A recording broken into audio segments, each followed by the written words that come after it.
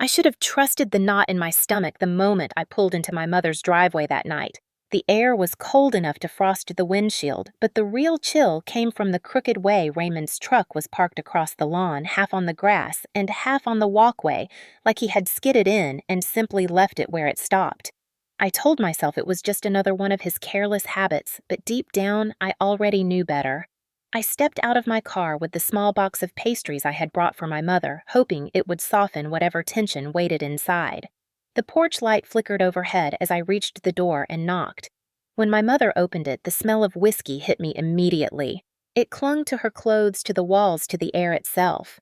Her smile was forced and shaky, the kind she used whenever she was trying to pretend everything was under control, even as the house felt ready to collapse around her. Raymond's voice came from the living room before I even saw him, so she finally decided to show up. The words were slurred, but sharp-coded in contempt. My mother stepped aside and let me in, whispering that he just needed a moment. He had been drinking, but he wanted to talk things out. I did not believe her for a second. Raymond stumbled into view, his face flushed and his eyes unfocused, yet filled with that familiar spark of hostility he saved especially for me. He pointed at me as if accusing me of a crime. "You think you are too good for us. Too good to help this family when we need you." My mother tried to calm him, placing a hand on his arm, but he jerked away as if her touch burned him. I kept my voice level, refusing to feed his anger. "I am here to talk. That is all." That was the wrong thing to say. Talking meant I had a choice. Talking meant the answer might still be no. His jaw tightened. He moved closer, the smell of alcohol radiating off him like heat from a furnace. The loan. That was what he wanted. $48,000 he expected me to magically fix by signing my name next to his on a paper that would drag me down with him. I had already told him no more than once. He saw it as betrayal, as disrespect, and now he wanted to settle it his way. "Upstairs," he said. "Now!" My mother grabbed his hand and pleaded quietly, saying there was no need to go upstairs, they could talk in the kitchen. Raymond glared at her until she fell silent. He started up the stairs with heavy, unsteady steps, gripping the railing for balance. My mother followed him, wringing her hands, and for a moment I stood at the bottom step, unable to move. I knew this was a mistake. I knew going upstairs with him was like stepping into a trap, but I could not leave my mother alone with him in that state. So I climbed the stairs, each step feeling heavier than the last. The hallway on the second floor was dim except for the small lamp near the end. The door to my old bedroom was closed. The window next to it was shut tight, frost gathering on the glass. Raymond stood there waiting for me, swaying slightly. He started talking before I reached him, shouting about loyalty and responsibility and how I had abandoned my family when they needed help. I tried to keep my voice calm. I told him again that I could not co-sign anything. His face changed. The anger in his eyes hardened into something darker, something dangerous. He slammed his fist into the wall so close to my head that the picture frame rattled. My mother gasped and begged him to stop, but he ignored her. He grabbed the window latch and yanked it open, letting a blast of freezing air surge into the hallway. Snowflakes blew and swirling around us. "You think you can just walk away from this? You think you can disrespect me?" His voice was shaking now, trembling with rage. I stepped backward instinctively. That was all it took. He lunged forward and grabbed my arm, his fingers digging so deeply into my skin that I felt them press against bone. I shouted his name, but he shoved me once, then again. My back hit the wall. Pain shot down my side. My mother cried out, but she was rooted to the floor, too paralyzed to intervene. I tried to twist away, but his grip only tightened. He pushed harder, driving me toward the open window. The cold air whipped around me, stinging my face like needles. Raymond's voice was right in my ear. "You owe this family." And then it happened. In one violent movement, he planted both hands on my shoulders and shoved with all his strength. My feet left the ground. The hallway vanished. I felt my body tilt backward into the winter night. The open window framed the darkness behind me. Then the world fell away. The fall lasted only seconds, but stretched into something endless. I hit the porch roof first. A sharp jolt tore through my spine. Then I slid off the edge and crashed into the snow below. The snow was frozen solid, more ice than powder. Pain exploded through my ribs and wrist. The world blurred and dimmed. I tried to breathe, but each inhale felt like knives slicing through my chest. My vision faded in and out, shapes melting into shadows. From above, I heard my mother's voice, high and frantic, then Raymond's voice shouting something I could not make out. A different voice cut through the ringing in my ears. A police officer.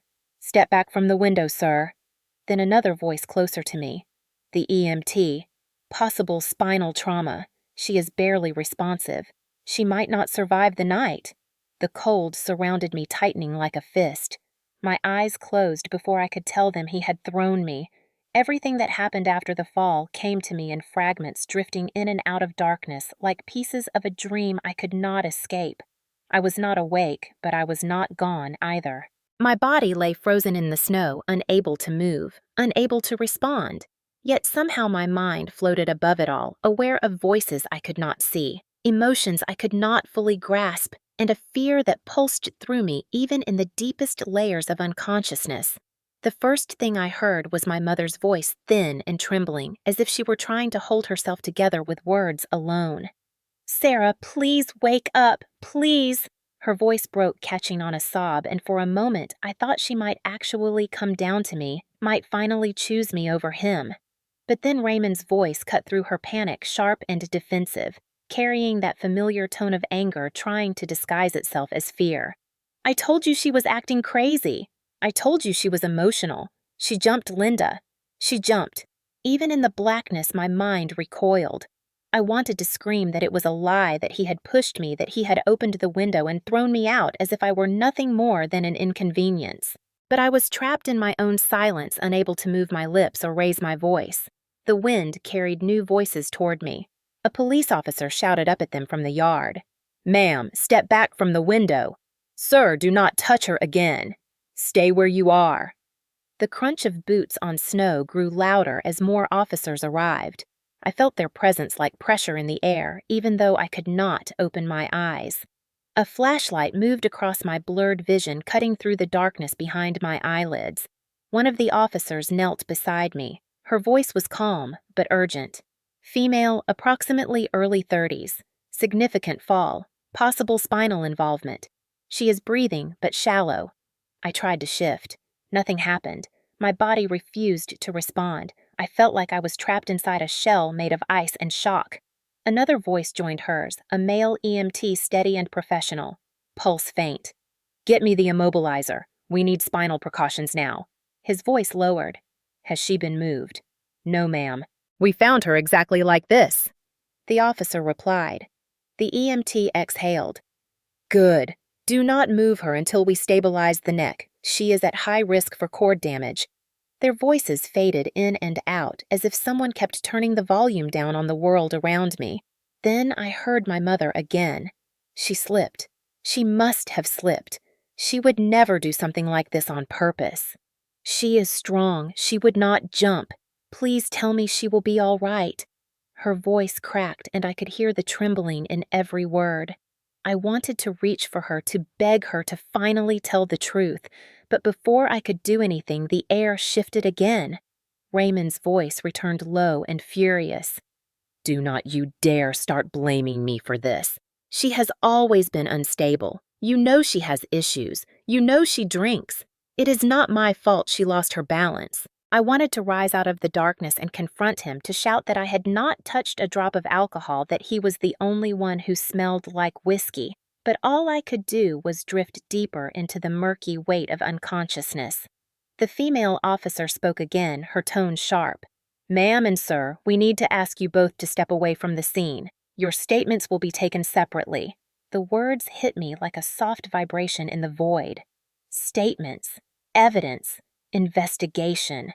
Someone was taking this seriously. Someone was looking at the situation with clear eyes. The snow crunched again as they guided my mother and Raymond inside. The air grew quieter. The wind whispered through the branches above me. For a moment, everything felt still. But the silence did not last long.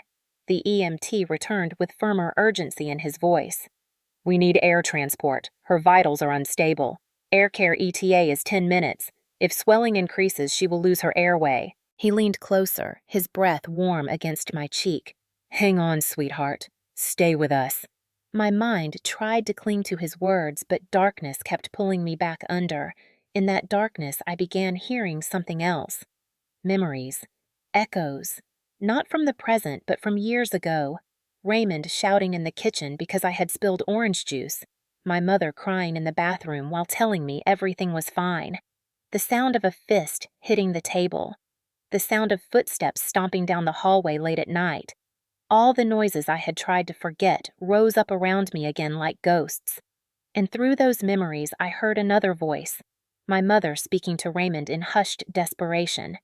We cannot lose the house, Ray. We cannot. If you go to jail, how am I going to survive? How am I going to pay the mortgage? I felt something inside me crack. Even now, even after watching me fall from the second floor, even with my body broken in the snow, her fear of losing him was louder than her fear of losing me. The officer's voice returned firm and clipped. The window frame is shattered outward, not inward. This does not look like a fall. Then softer, as if speaking only to another officer. Looks like she was pushed. Get forensics on standby. My drifting consciousness tightened. The truth was visible. The truth was undeniable. Someone saw it. Someone knew. The EMT returned for the final time. Let us stabilize her for lift. She is fading. She might not survive the night. The words echoed through the darkness, anchoring themselves in my mind just before everything went completely silent. The first thing I became aware of was the sound, a steady electronic beeping that echoed somewhere above my head, sharp enough to cut through the thick fog that wrapped around my thoughts. Each beep felt like it was pulling me upward, dragging me out of a place that had no shape, no light, no time. When I finally managed to open my eyes, the world appeared as a blur of white lights and shifting shadows. The ceiling moved in slow circles, or maybe it was me who was moving. I could not tell. My throat was dry and raw. My tongue felt swollen. Every breath came with a dull ache that radiated across my chest, like someone had tied rope around my ribs and pulled tight. I tried to speak, but only a weak rasp escaped my lips. A figure leaned over me.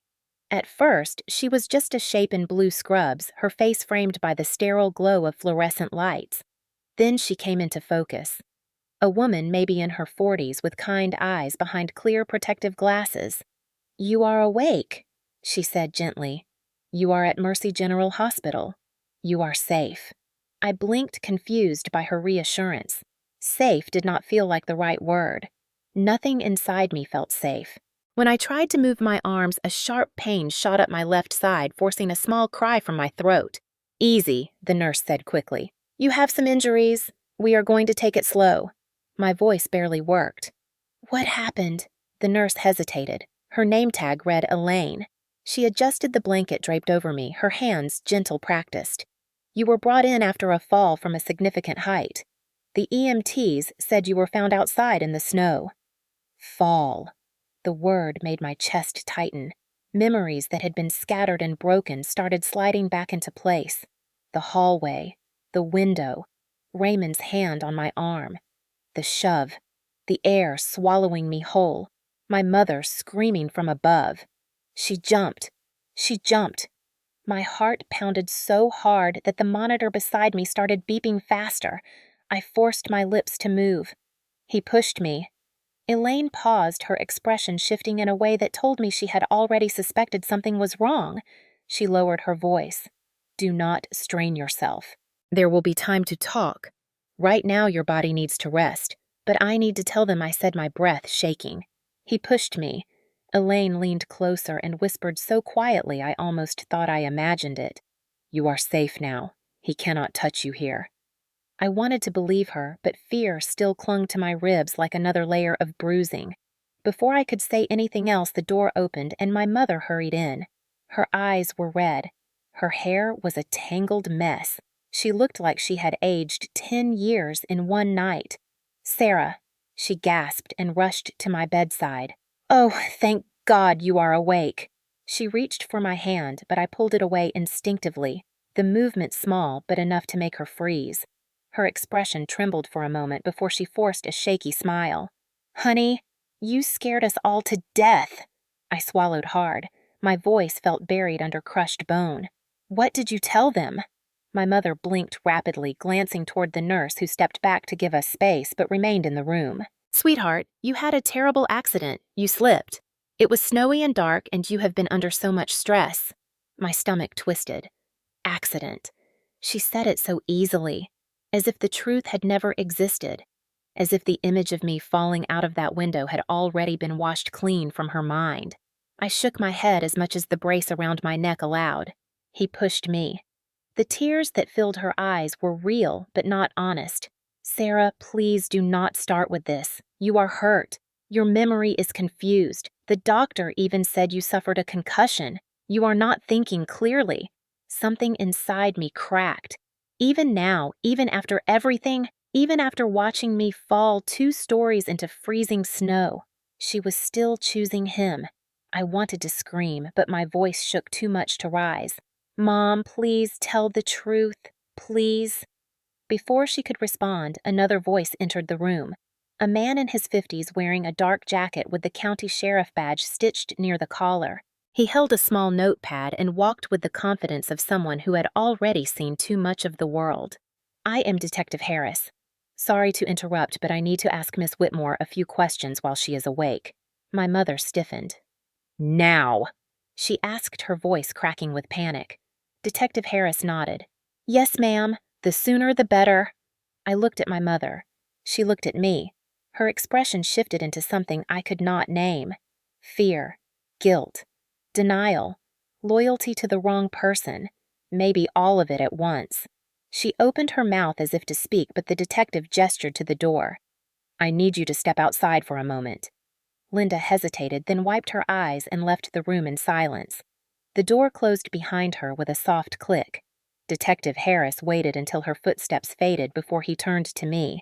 His voice was steady but cautious. "Sarah, we have some conflicting statements from last night. I want you to tell me in your own words what happened before you fell." My throat tightened. I glanced at Elaine, who gave me the smallest nod, encouraging but not pushing. I forced the words out. "He did not fall. Raymond threw me." Detective Harris's face did not change, but something sharpened in his eyes. "Can you be certain?" "Yes." He opened the window. He pushed me. He wanted me to sign for his loan, and when I refused, he snapped. The detective wrote something down. We examined the window frame. "It is shattered outward. That usually means someone went through it from inside the house." He paused. "That is not consistent with a slip." Relief and dread washed over me at the same time. For a moment, I was speechless. I had expected to be dismissed. I had expected no one to believe me. But here was someone who already knew the truth was not on Raymond's side. Elaine stepped closer and placed a reassuring hand on my shoulder. "You did the right thing telling him." Detective Harris closed his notepad. "We are treating this as a suspicious incident. Forensics is on it. We are not ruling out intentional harm." He looked at me directly. "And we will need your full statement when you are stronger." When he left the room, the silence felt softer somehow. Not comfortable, but safer than before. My mother's lies still echoed in my mind. Raymond's voice still haunted the edges of my memory. But something had shifted. Someone finally saw the truth. I closed my eyes not because I wanted to sleep, but because for the first time since the fall, I felt the panic inside me settle into something steadier. Not peace, not yet, but the first step toward fighting back. When I was 10 years old, I learned that a home could be 2 different places at once. It could look warm and safe from the outside, glowing with porch lights and the smell of dinner drifting through the windows, while inside it held a quiet threat that grew stronger with each passing year. My mother remarried on a warm spring afternoon wearing a pale blue dress that she had ironed 3 different times in her nervous excitement. She told me that everything was going to be better now, that we were getting a second chance at happiness after so many years of being on our own. That this man, Raymond Cole, was the stability we needed. Back then, I wanted to believe her. I wanted to believe that the tall man with the forced smile and the firm handshake really cared about us, that he saw my mother as more than someone who made him dinner and saw me as more than a responsibility he had not asked for. He was polite during the wedding reception, even joking with me as he handed me a slice of cake. I was too young to notice the way his eyes shifted when he thought no one was looking, or the way his jaw clenched whenever my mother spoke to someone else for too long. I only learned to recognize those signs years later, when it was already too late.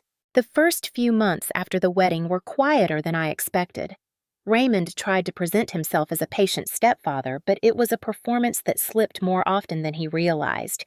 He had rules for everything: how long the lights could stay on, how loudly I could shut a door, what time I was allowed to sit on the couch. At first, he delivered these rules with a smile that never reached his eyes. But as time passed, the smile disappeared and the rules became warnings. My mother insisted that he was just adjusting to having a child in the house. She said I needed to be respectful, to be patient, to stop making things more difficult for him. What I did not know then was that she was already adjusting her own behavior to keep him calm, already shrinking herself to fit inside the narrow margins of his approval. One of the earliest signs that something was wrong came one night when I accidentally spilled a glass of orange juice. It was a small mistake, a common one for a child, but the moment the liquid touched the kitchen floor, Raymond's face twisted into something that made my stomach drop. He exploded with anger, shouting so loudly that the cabinets rattled. He accused me of being careless, ungrateful, disrespectful. My mother tried to calm him, but he shoved the kitchen chair so hard it skidded across the tile. I remember standing frozen, staring at the puddle spreading across the floor, thinking that if I just cleaned it quickly enough, he might stop shouting. That was the first time he backed me into a corner with his voice alone towering over me, his breath hot and sour with beer. I cried quietly while wiping the floor. My mother cried too after he stormed out of the house. But the next morning, she told me he was just stressed, that he did not mean it, that I needed to try harder not to upset him. That became the pattern. Raymond's anger grew. My mother's excuses grew with it. When I turned 12, he installed a lock on the refrigerator. He claimed it was to prevent food waste, but I knew it was because he wanted full control over everything, even the smallest things in the house. If I wanted a snack, I had to ask. If I was hungry after school, I had to wait until he decided it was appropriate. When I was 13, my mother stopped taking me to my friends' houses because Raymond did not like the idea of me running around the neighborhood. He said it was unsafe. He said I was too naive. But what he really meant was that he wanted to keep me inside, where he could see me, where everything was predictable, where nothing happened without his permission.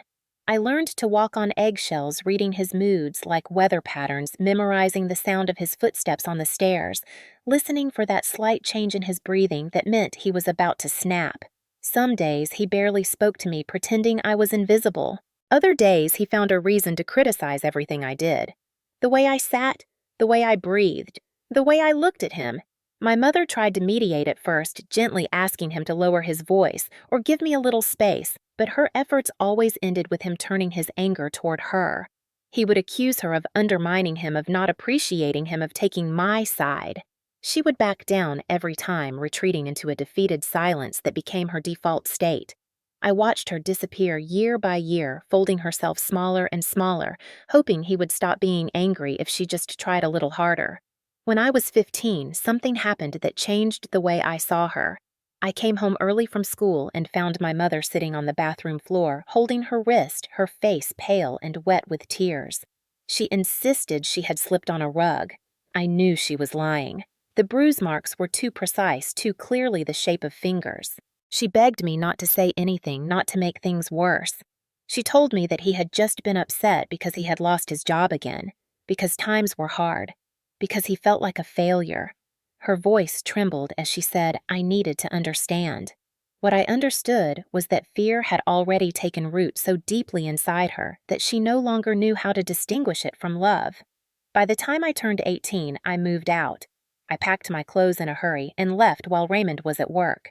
My mother cried and begged me not to go, telling me it would be different, that he promised to change, that families stayed together.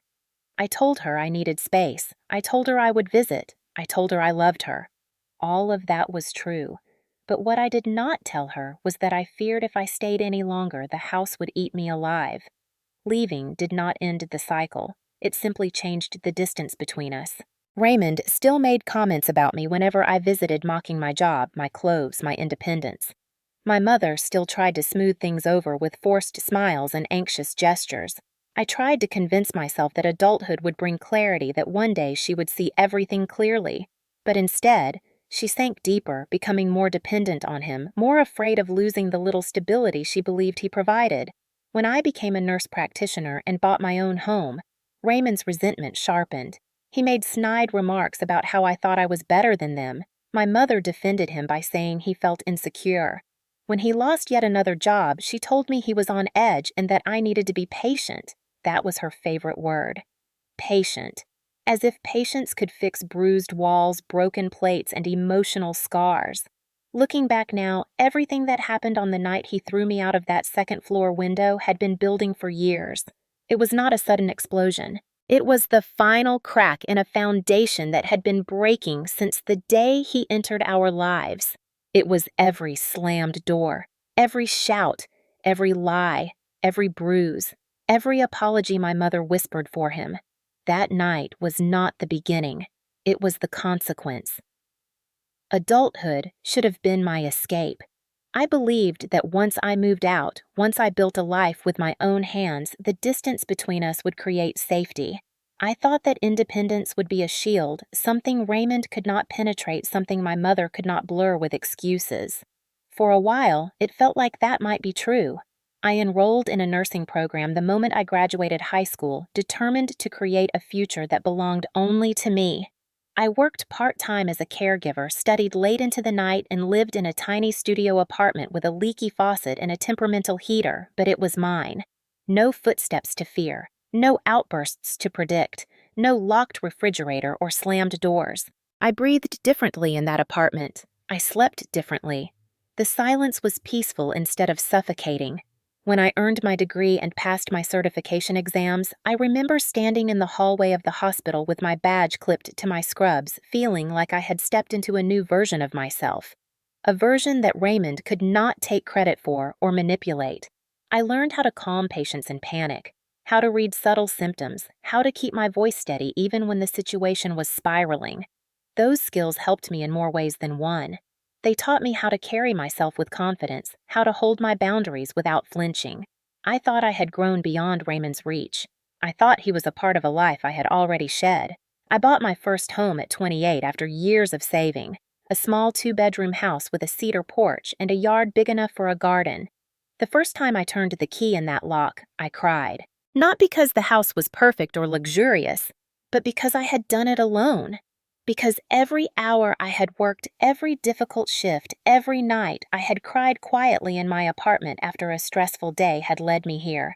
My mother visited once, walked through the living room with a soft smile and said she was proud of me. Raymond came with her that day. He did not smile. He did not congratulate me. He made snide comments about the neighborhood and the size of the rooms, said the kitchen was cramped, said the yard needed work, said I overpaid. I told myself his opinion did not matter, but the resentment in his eyes that day was sharper than anything he had shown before.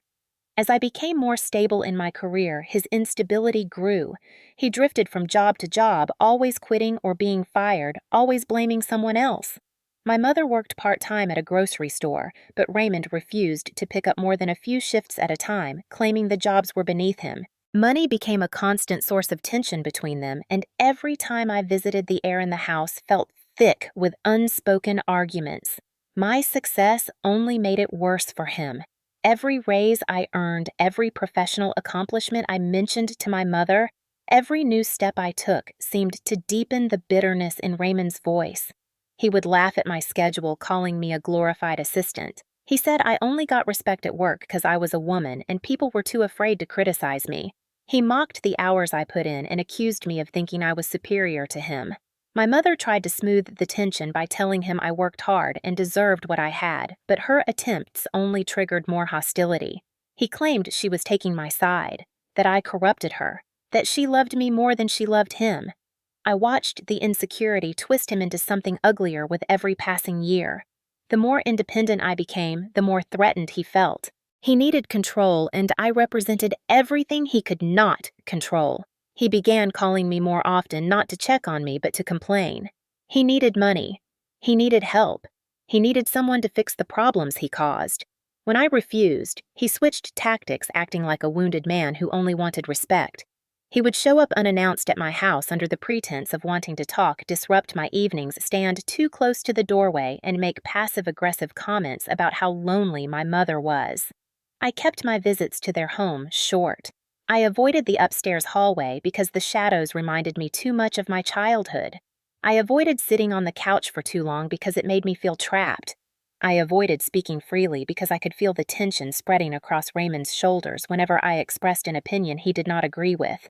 The gap between us widened with each year, but instead of letting me go, Raymond fixated more intensely on me. It was as if my independence was a spotlight shining on everything he lacked.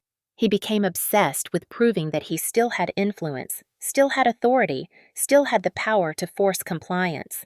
My mother kept insisting that he was stressed, that he just needed reassurance that things would be better if I tried harder to understand him. But understanding him never made him easier to tolerate. It only made the resentment more pronounced. The breaking point began forming the day he found out about his debt. He had taken out a loan in his own name, then pretended to be shocked when the interest skyrocketed. He told my mother it was a misunderstanding. He told me it was unfair. Then he started pressuring her to convince me to co-sign for a consolidation loan. My mother's voice on the phone trembled when she asked me to come over to talk about it. She said she needed my help. She said that Raymond was falling apart, and she did not know what else to do. When I refused, she cried. She said she was scared that he was angry that the debt collectors were calling. She begged me not to let everything fall apart. It was never about the money. It was about control. Signing that loan would have bound me to him. It would have put my future in his hands. And when I refused, yet again, he took it as a personal betrayal. The resentment in him did not just grow, it boiled. I started receiving late-night messages from him, some angry, some oddly apologetic, all manipulative. He showed up at my house one afternoon, pounding on the door with the desperation of someone who felt the walls closing in. My neighbor recorded the scene from across the street. At the time, I did not realize how important that footage would become. But the moment that truly shifted something inside me came 3 weeks before the attack, when my mother called from the garage whispering that she had fallen. She sounded shaken in a way I had not heard since childhood. When I asked if Raymond had pushed her, she denied it too quickly, too forcefully. I did not know then that it was the truth. All I knew was that the resentment gap between Raymond and me had grown so large that he saw me as the enemy. Not a person. Not his wife's daughter. Not family. Just an obstacle he needed to remove. That months-long buildup of bitterness and desperation erupted on the night he dragged me into that upstairs hallway and shoved me through the open window. That final violent act was not born from one argument or one refusal. It was the culmination of years of resentment simmering inside a man who could not tolerate a world where I stood on my own. The weeks leading up to the night Raymond pushed me through the second-floor window unfolded like the slow tightening of a rope around my neck. Nothing happened suddenly. Nothing exploded out of nowhere. Every incident, every shift in his behavior, every moment of tension built on the last, forming a pattern that should have warned me how close everything was to breaking.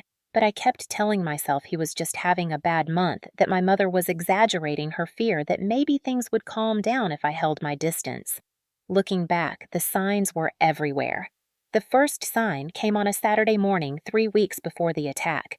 I had just finished a long week of back-to-back shifts and planned to spend the day cleaning and resting when I heard a loud pounding at my door. Not knocking. Pounding. Heavy and relentless. The kind that makes your pulse spike because you know instantly something is wrong. When I looked through the peephole, Raymond was standing on my porch, swaying slightly, his face red and tight with anger, his fist raised to strike the door again. I did not open it. I cracked the window instead and told him to leave. His words slurred as he shouted that he needed to talk, that I was ignoring my own mother, that I was letting the debt collectors ruin their lives. He rattled the door handle hard enough to make the frame shake. My heart hammered as I told him I was calling the police if he did not leave immediately. Something in his eyes flashed something dark and cold. He stepped back, but only far enough to be recorded by the doorbell camera that had been silently capturing the entire scene. "You think you are better than me?" he said. "You think you can hide behind that job of yours, but you cannot hide forever." When he finally left, I collapsed onto the couch, shaking. I told myself it was a one-time outburst. I told myself he would cool down. I should have known better. The second sign came a few days later when my neighbor, an older woman named Mrs. Carter, who watched everything from behind her bedroom window, knocked on my door to show me something. She held her phone in her hand, the screen already open to a video she had recorded. She said she heard yelling and wanted to make sure everything was okay. The video showed Raymond pacing on my porch, shouting threats at my front door, his gestures wild and unsteady, the words ugly and full of entitlement. I felt humiliated, exposed, angry that my private nightmare had spilled into the neighborhood. But I also felt grateful. Mrs. Carter told me to be careful, said he looked like the kind of man who would not take no for an answer. I thanked her and promised to keep my doors locked. I did not tell her that he already had a spare key from years ago. I found it later in my drawer and moved it to a locked box. The third sign came from my mother. She called me late one evening, sounding shaken. Her voice was muffled as if she were speaking from inside a closet or a car. She told me she had slipped in the garage and bruised her shoulder. She said Raymond was upset about a bill he forgot to pay and things had gotten heated. When I asked if he had pushed her, she denied it immediately. Too immediately. "No," she said. "He would never do that. It was just an accident." I knew the tone of her voice too well. The desperate attempt to make chaos sound normal. The fear tucked into the spaces between her sentences. The guilt she carried for staying. She repeated that everything was fine until I let her go. But the moment we hung up, dread settled in my stomach like a stone. I wanted to drive over and check on her, but I also knew that me showing up uninvited could make everything worse. Raymond always escalated more when someone challenged his authority, especially when I was involved. The fourth sign came during a Sunday dinner I had promised my mother I would attend. I told myself I would stop and eat quickly and leave before anything could go wrong. But Raymond had been drinking since noon. I could feel it the moment I stepped through the door. His voice was too loud, his movements too erratic. He greeted me with a mocking laugh and asked if I was still refusing to help this family. I ignored him and walked into the dining room where my mother had set the table for 3. She tried to keep things light, asking about my work, my coworkers, the weather, anything she could think of to avoid the storm brewing in the doorway. But Raymond could not let anything go. Every comment I made became an opportunity for him to twist my words. Every attempt to remain calm became fuel for his anger. When he slammed his fist against the wall near my head, my mother flinched so hard the plates rattled. I left without finishing my meal. He shouted after me as I walked out, calling me ungrateful, selfish, heartless. My mother followed me to the porch, whispering that he just needed time, that he was under a lot of stress, that everything would get better if I came around more often. I told her I loved her, but I also told her that I was done letting him control my life. She cried and said she understood, but the look on her face told me she was terrified of what my absence would trigger in him. The fifth sign came a week and a half later when she called and begged me to come over to talk things through. She said Raymond had a plan to get out of debt, but he needed my help. She said he was willing to apologize. She said she wanted us to be a family again. Her voice shook the entire time. Something inside me told me not to go. But guilt is a powerful weapon, and my mother knew exactly how to wield it. I told her I would come over the following week on my next day off. She sounded relieved. Too relieved. I remember thinking that maybe things would be calm, that maybe she had convinced him, but another part of me kept replaying the video Mrs. Carter showed me. His pacing, his shouting, the wildness in his eyes. I should have listened to that part. Because the sixth and final sign came 2 days before the attack when my mother left a voicemail that made my blood run cold. Her voice was strained and breathless. She said she needed me. She said Raymond was in trouble. She said she did not know what else to do. By the time I called back, she had already softened her tone, insisting everything was fine, that she exaggerated that I should still come on the day we planned. But the voicemail lingered in my mind. It was the voice of a woman who felt trapped. Desperate, afraid. I went anyway. I told myself it was my responsibility to help her. I told myself that I was strong enough to handle him. I told myself that nothing too serious would happen during a simple conversation on a winter evening. I was wrong. The escalation had already reached its breaking point. And when I walked into their house that night past the flickering porch light and the stale whiskey in the air, I walked directly into the storm that had been building for years. I just did not know yet how violently it would end. The day everything finally snapped began with an uneasy silence that settled over my mother's house long before I arrived. I did not know that at the time, of course. I only learned later from the officer's report and from the way my mother spoke about it afterward in broken fragments that Raymond had started drinking at noon, pacing through the kitchen like a caged animal, muttering about Bill's respect and how everyone in his life had abandoned him. By the time dusk fell, he was already furious that I had not shown up early. My mother told me he had been asking every hour if I had called. He kept checking the window as if I might appear at any moment to save him from the consequences of his own actions. When he realized I had not rushed to the house the moment she asked, something dark and dangerous settled into him. His resentment had always been simmering beneath the surface, but that afternoon it surged upward, boiling over. My mother should have warned me not to come. She admitted that later through tears. She said she knew he was too angry, too drunk, too unstable. But she was terrified of him and terrified of what he might do if she told me not to come after begging me for weeks to talk to him. She wanted to avoid another explosion. Ironically, her fear of provoking him is exactly what led to the worst one of all. When I pulled into the driveway that evening, snowflakes danced in the pale yellow glow of the porch light. For a moment, everything looked peaceful. My breath formed little clouds in the cold air as I walked up the path. The world seemed still quiet, almost gentle. I had no idea what waited on the other side of the door. My mother answered almost immediately as if she had been standing there listening for me. Her face was pale, her eyes red, her hands trembling slightly as she ushered me inside. I asked if she was okay. She nodded too fast, too emphatically, the way people do when they are desperately trying to hide the truth. Raymond was not in the living room. The television was on, but muted. A half-empty bottle of whiskey sat on the coffee table next to a glass with fingerprints smudged across it. The air smelled stale and heavy. I asked where he was. Upstairs, she whispered, as if saying it too loudly might summon him.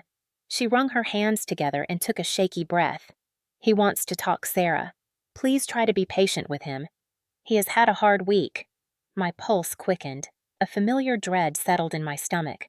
I told her we could talk downstairs, but she shook her head. He said it has to be upstairs. He said he wants privacy. I felt the old fear crawling up my spine. Upstairs meant his territory. Upstairs meant the hallway where he yelled at me throughout my teenage years. Upstairs meant fewer witnesses and fewer chances to escape.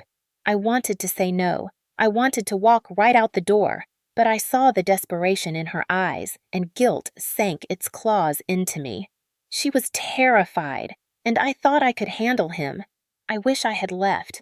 I wish I had not climbed those stairs, but I followed her up one step at a time, gripping the railing as if it were the only thing anchoring me to sanity. The house felt colder upstairs.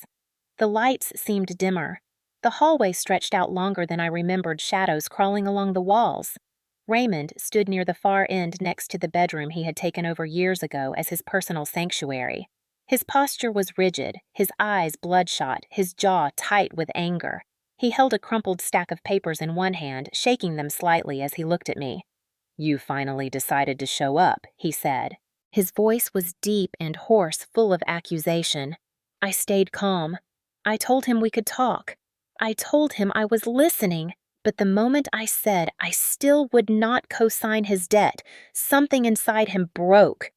"You think you are better than us?" he shouted. "You think you can just walk away from responsibility? This is your family. You owe us." He stepped closer. I smelled the alcohol on his breath before he even reached me. I told him again that I could not help him. I told him it was not my responsibility. My mother tried to intervene, placing a gentle hand on his arm, but he jerked away with a violent motion that made her stumble backward. He spun toward me, and for a second I saw something raw in his eyes. Not just anger, panic, desperation, and a hatred that had been festering for years. He blocked the hallway, positioning himself directly between me and the stairs. The walls felt like they were closing in. I reached for my phone, but before I could unlock it, he lunged forward and slapped it out of my hand. It skidded across the floor and disappeared under a piece of furniture. His voice shook as he shouted again.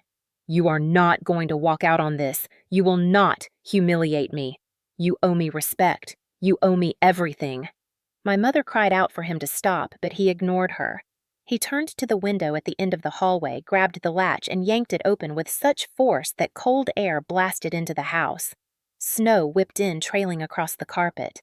My heart raced. I stepped back instinctively, but he followed immediately, his footsteps heavy and unsteady.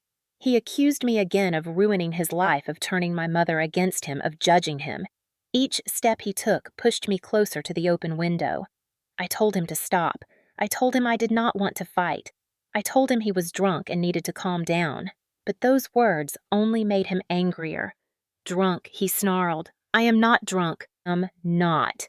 You are ungrateful. You are selfish. You think you are better than everyone else." He shoved me once hard enough to knock me off balance.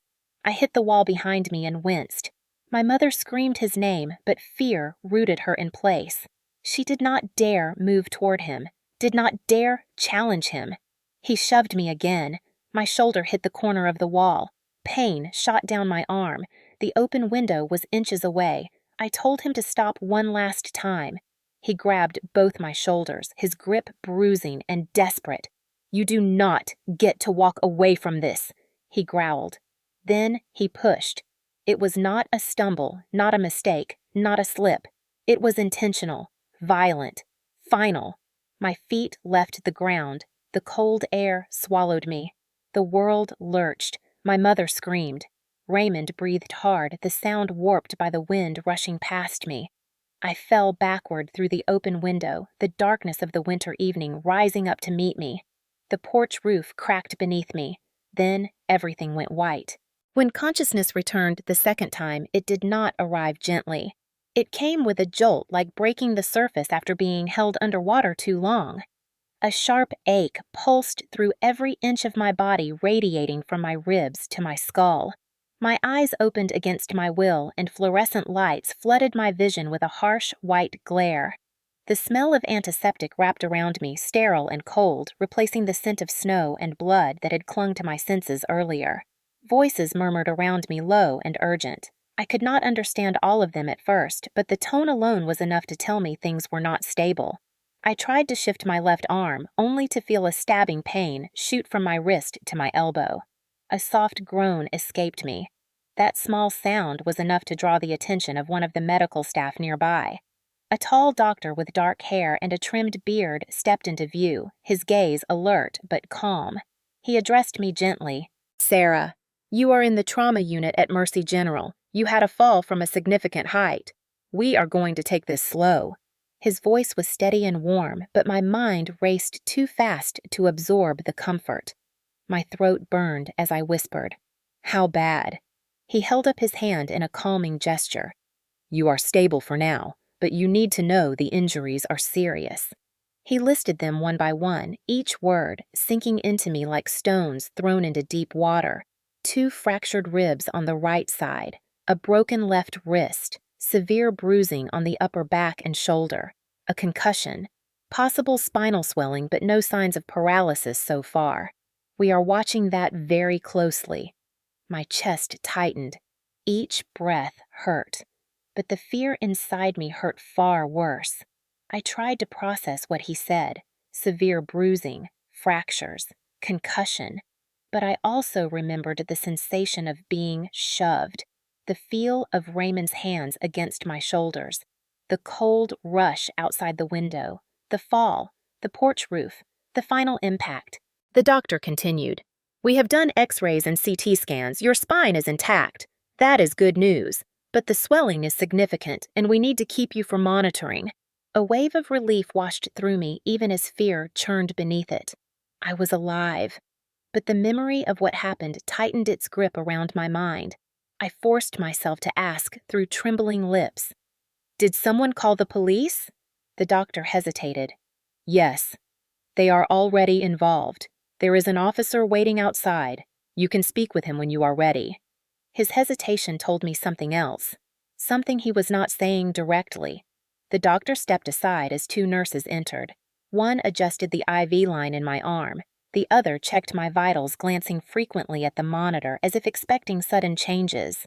They moved with the practiced urgency of people who had seen trauma often enough to know when things were still unpredictable. The room felt too bright, too cold, too exposed. My mind replayed the fall over and over, each loop sharper than the last. The scream, the wind, the impact. My mother's cry from above. The officer's voice. The EMT saying I might not survive the night. As the nurses finished, the detective I had spoken to earlier stepped inside. Detective Harris removed his hat and approached my bed with a seriousness that made my breath catch again. He spoke quietly. I know you are in pain, but I need to ask some questions while things are still fresh in your memory. I nodded, although the movement sent another jolt of pain down my neck. The detective glanced at the closed door before asking, Was he in the room with you when you fell? He was, I whispered. He pushed me. I saw the flicker in Harris's eyes. Not surprise, confirmation. We thought so, he said. Then he pulled a small folder from under his arm. I want to show you something. He held up a printed photo from the forensic team.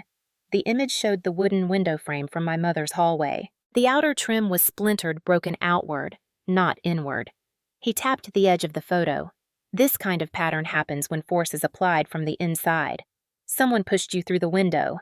I swallowed hard. My voice cracked as I spoke. He did. He was angry. He wanted me to sign his loan. The detective's voice lowered. We found alcohol bottles in the upstairs hallway. Your mother said he had been drinking heavily before you arrived. My eyes stung as I whispered. She knew, and she still called me there.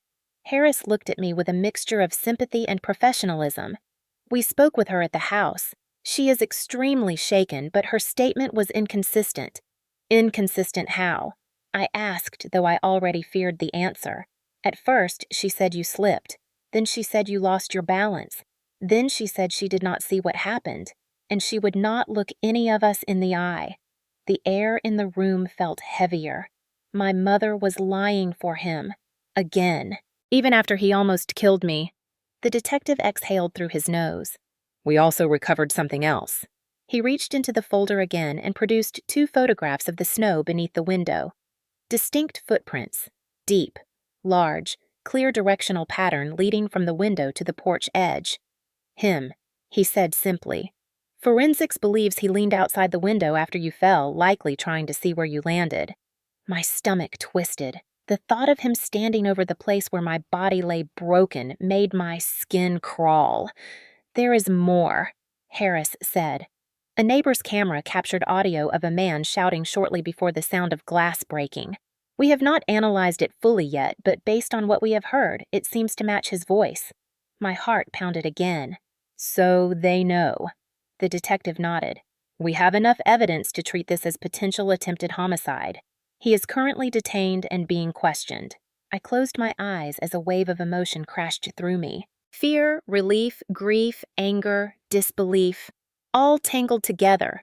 When I opened my eyes again, the doctor returned with a clipboard. He explained that my tests were being reviewed by the neurosurgical team, that pain management was a priority, that I would need constant monitoring overnight because swelling in the neck could progress quickly. I barely heard him through the roaring in my mind. The nurse named Elaine saw the panic rising in me and stepped closer. Her voice lowered into something softer. You are safe. He cannot get to you here. But her words only opened a deeper ache in my chest. Because it was not just fear of him. It was fear of what came next. Fear of my mother. Fear of the truth. Fear of finally admitting out loud what I had tried to ignore for years. My mother chose him over me, and this time that choice almost killed me. The doctor finished updating my chart and stepped out. Detective Harris gave me one last look before saying he would return in the morning. Once the door closed behind him, the room felt too quiet. My pain medication had begun to dull the sharpest edges, but nothing could numb the panic inside me. The reality settled like a heavy shadow. I was not just a victim of a fall. I was the victim of an attack. And soon, the world would have to face that truth, whether my mother wanted to admit it or not. The morning after the attack, the hospital room felt strangely still, as if the world were holding its breath around me. The sharp pain in my ribs had settled into a slow, grinding ache, and every movement sent a dull throb through my shoulder and wrist. The concussion left my thoughts foggy, drifting in and out like someone was turning a dimmer switch inside my brain. But the one thing that remained painfully clear was the memory of Raymond's hands on my shoulders, the violent shove, and the cold rush of night air as I fell through the window. I was awake when Detective Harris returned his notebook tucked neatly under his arm. He looked more serious than the night before, as if the weight of everything he had learned had settled heavily on him. He pulled a chair to the side of my bed. "I understand you are in pain," he said, "but we need your official statement. This will be the first recorded account for the police report." I nodded slowly. It hurt to move my head, but I forced myself to focus. He turned on a small digital recorder and spoke for the record. "Interview with victim Sarah Whitmore. Present Detective Jonathan Harris. Location Mercy General Hospital Trauma Unit. Time 8:42 a.m. He looked at me gently. "Please describe in your own words what happened before you fell." I took a shallow breath. My chest protested. My voice came out thin and shaky. "My mother asked me to come over. She said that Raymond wanted to talk about the loan. He was drunk when I arrived. He demanded that I co-sign the debt again. I said no. He started yelling. He blocked the stairs so I could not leave. I told him to stop. He opened the window. My voice cracked. He pushed me. I felt him shove me with both hands. I fell through the window." Harris nodded, letting me speak at my own pace. "Did he threaten you before he pushed you?" "Yes." "He said I owed him. He said I was not going to walk away. He said I thought I was better than him. Did your mother witness any part of this? She was there when he was yelling. She saw him shove me into the wall before I fell. I do not know if she saw the final push." He scribbled notes, though he hardly needed to. He already knew my story aligned with the physical evidence. I felt the panic rising in me again. "Detective? My mother. What did she say?" He closed the notebook carefully before answering. "Last night your mother gave conflicting statements. She initially said you slipped. Then she said you lost your balance. She then suggested you became emotional and might have leaned too close to the window." I stared at him, my breath catching painfully in my chest. "She knows that is not true. She knows what he did." Harris dipped his head slightly. "I know." Her statements raised immediate concerns. "That is why we revisited the scene this morning." He paused. "There is more." A tightness gripped my stomach. "What happened?" "Your mother contacted us early today with an amended statement. She said she was confused during the initial questioning. She now claims she did not witness the fall and cannot confirm what happened."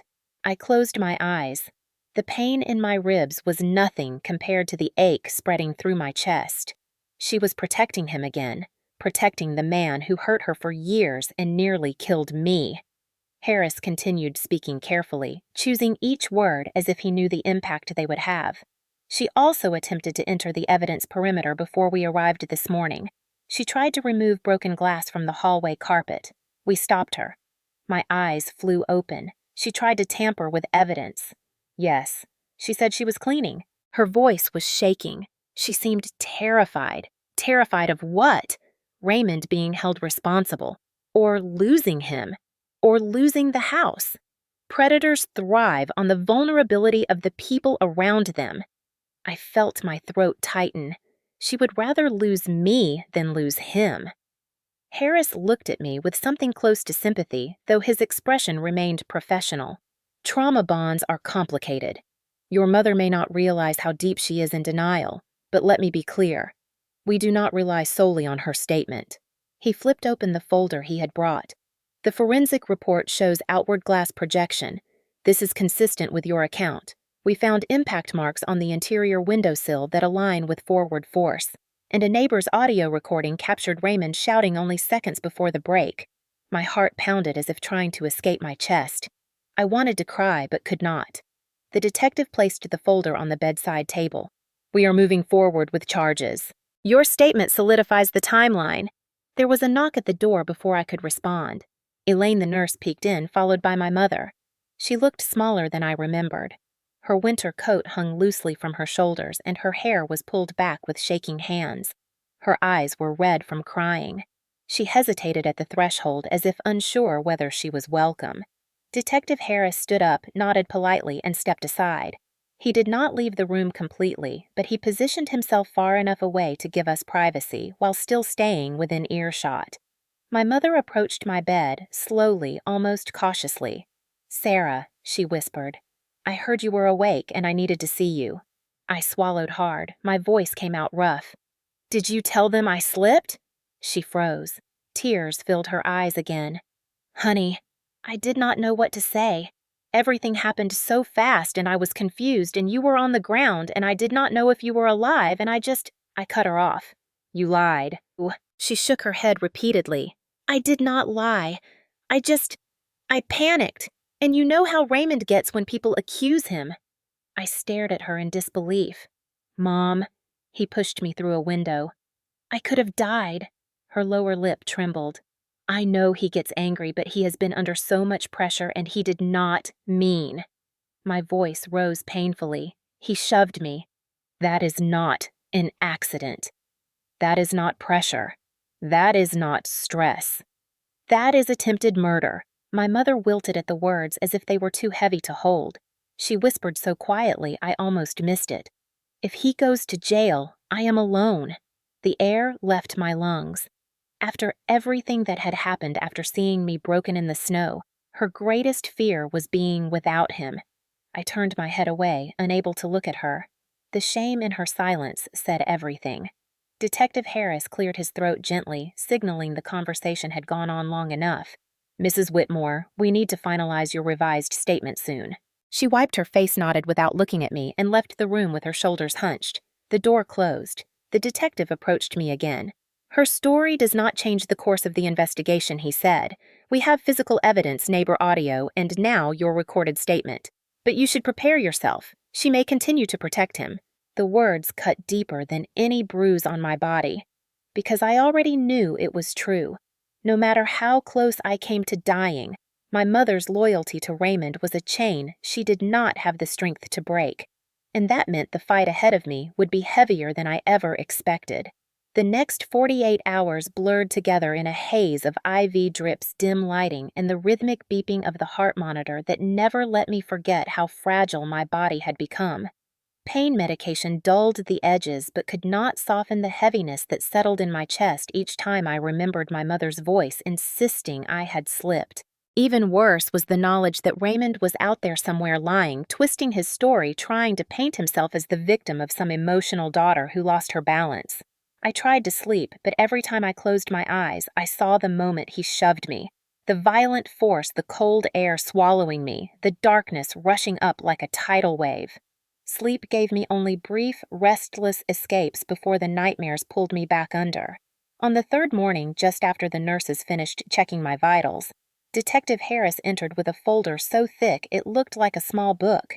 His expression was focused sharper than before, as if he had pieced together something significant.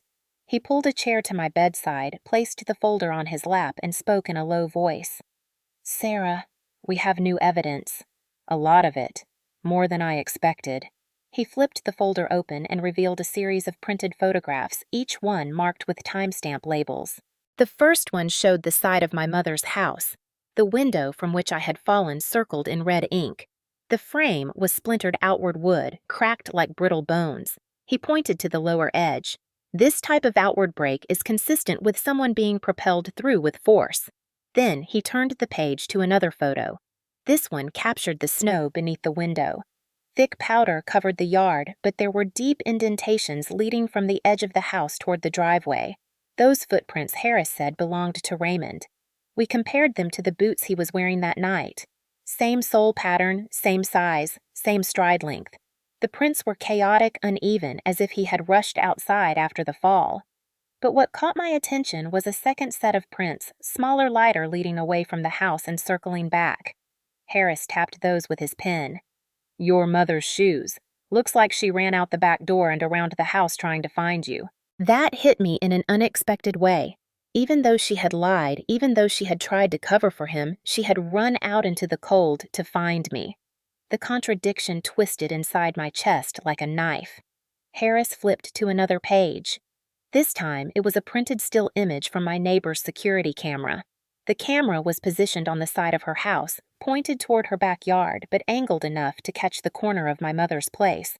The screenshot showed Raymond on my mother's porch earlier in the day, hours before I arrived, banging on the railing and shouting something we could not hear. He was pacing back and forth in an agitated state. Harris said Mrs. Carter provided this footage voluntarily.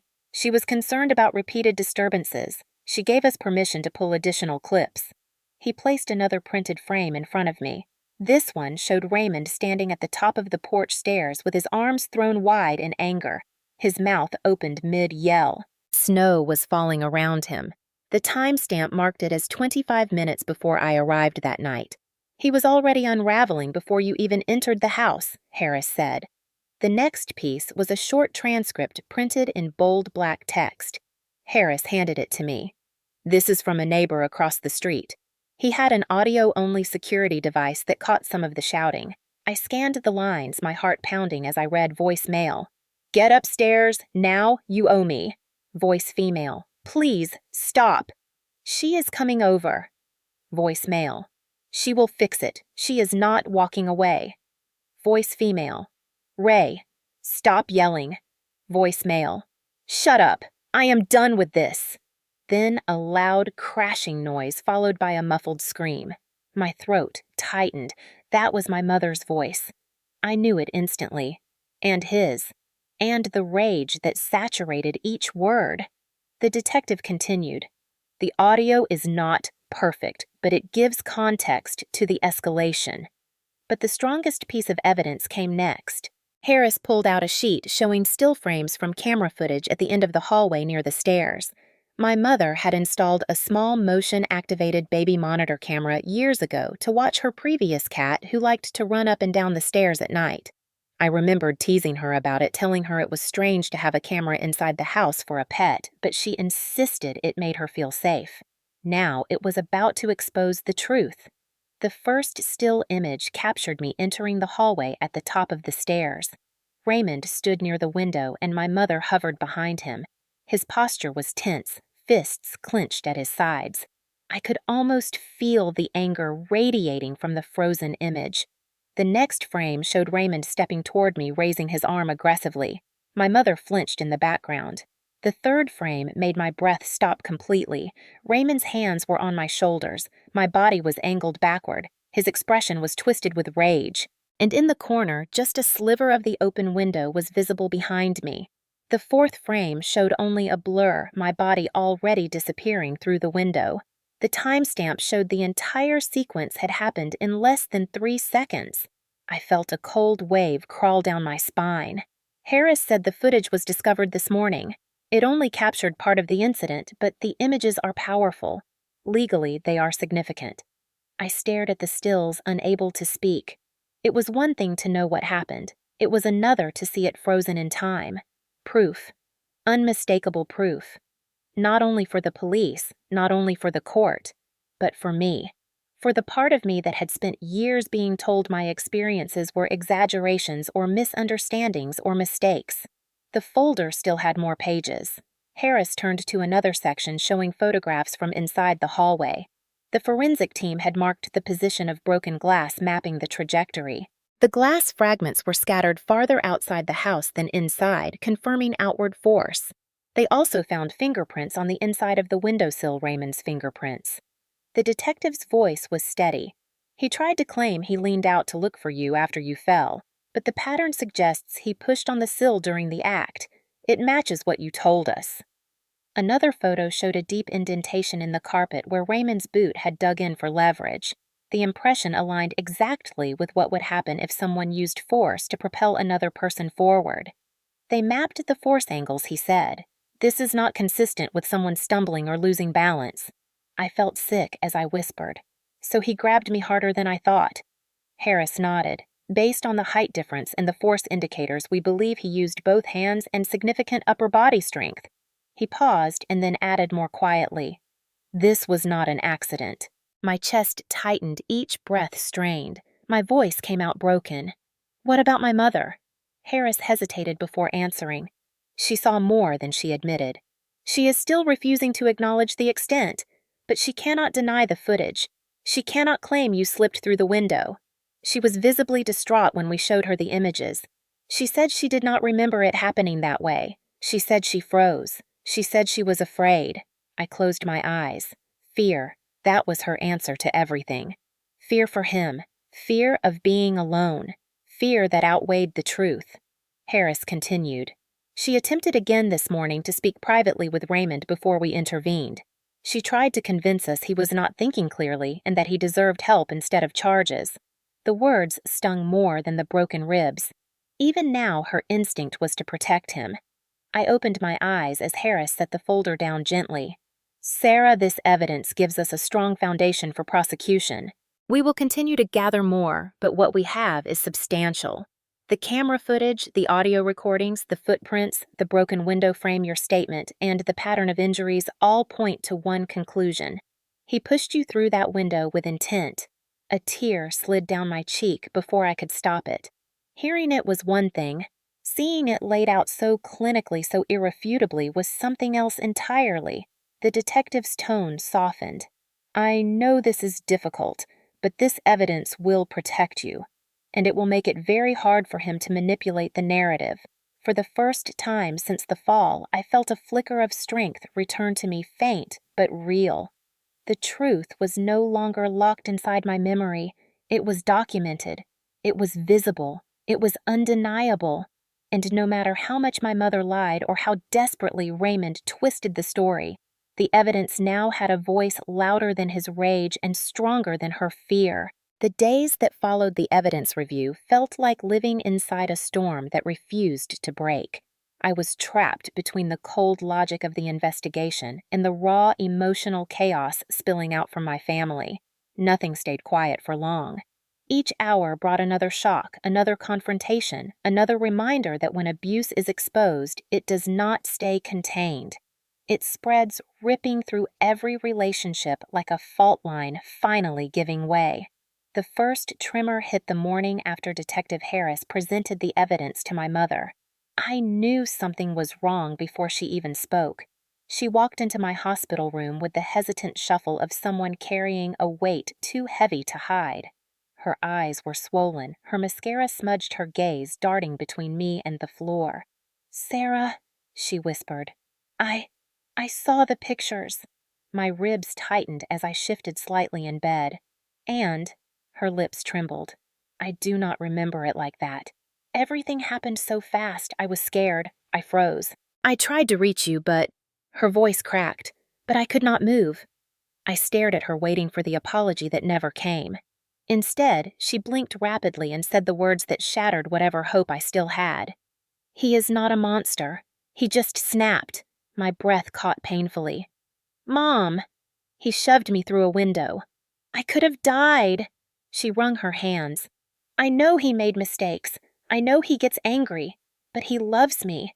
And he is terrified right now. He needs support." "Support." I repeated, my voice hollow. "He almost killed me. And you are protecting him." Tears streamed down her cheeks. "Please try to understand. If he goes to prison, I cannot handle life alone." I said nothing. There was nothing left to say. When she finally left, her silhouette in the doorway looked small and frightened, but the truth was clear. My mother's fear of abandonment outweighed her fear of losing me, and that realization tore something inside me that would never fully repair. The second tremor came from extended family. A barrage of calls and texts poured in from people I had not spoken to in months. Some messages were kind, full of shock and worry, but many were not. One aunt wrote, "You need to think long-term, Sarah. Pressing charges will ruin your mother's life." Another cousin sent, "Raymond has anger issues, but he is not dangerous." You must have misunderstood something. The worst one came from an uncle I barely knew. His message was blunt and cruel. If you testify against him, we will all know you are exaggerating for attention. I felt the sting of those words more deeply than I wanted to admit. I had spent years dismissing my own instincts, smoothing over conflicts, minimizing his outbursts, because no one else saw what I saw. Now that the truth was in the open, they still refused to believe it. Or worse, they believed it but preferred the lie. The third tremor came when Raymond's family entered the fray. His sister called my mother and left a voicemail so vicious that even my mother could not bear to replay it. She accused me of being dramatic. She accused me of attacking Raymond with my words. She accused me of ruining a good man's life. She accused me of trying to tear down their family out of jealousy because I never had a father of my own.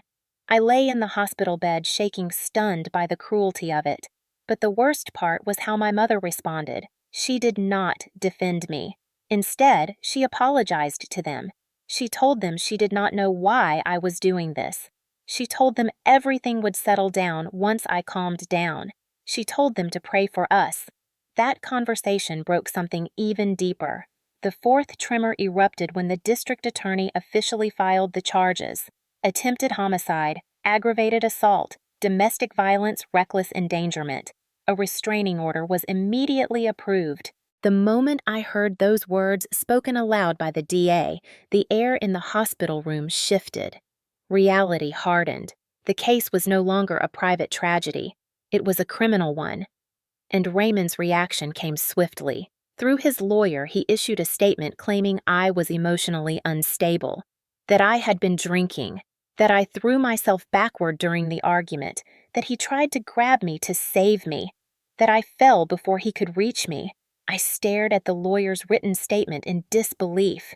He was rewriting the story as if the evidence did not exist, as if the photographs, the video frames, the audio, and the bruises were figments of my imagination. The DA assured me his narrative would not hold up. But it was not the legal battle that frightened me. It was the psychological one. Hearing someone twist reality so confidently made me question my own sanity for a split second, and that was exactly how abusers kept control. The fifth tremor came in the form of unexpected visitors. Members of my mother's church appeared at the hospital one afternoon with a basket of fruit and a rehearsed tone of condescending sympathy. The older woman who spoke on their behalf said gently, "We know you are going through a lot, dear, but forgiveness is the Christian way. Holding on to anger will only hurt you." My hands shook. I wanted to scream. I wanted to ask them if forgiveness brought back shattered bones, or erased terror, or rewrote the moment I fell 2 stories toward death. Instead, I stayed silent. Elaine the nurse stepped in politely and escorted them out before I lost control. She glanced at me afterward and said softly, "You do not have to forgive someone who almost killed you. Not now. Not ever." Her kindness brought tears to my eyes, real unguarded tears. The sixth tremor shook the final remaining ground beneath me. My mother showed up again the next evening, clutching her purse like a shield. This time her face was drained and pale, her movements stiff. "Sarah, they are saying he will go to prison for 20 years, she whispered. Her voice cracked. "Please, do not testify." The room spun. I stared at her, unable to believe she could ask that. "I almost died," I whispered. She squeezed her eyes shut. "I know that, but he needs help, not prison. He is going to lose everything. He will lose me." With a voice barely above a breath, I said, "You are willing to sacrifice me to save him." She looked up at me then, and the truth in her silence broke me in a way the fall never did. There it was, bare, unfiltered. She would rather lose her daughter than face a life without her husband.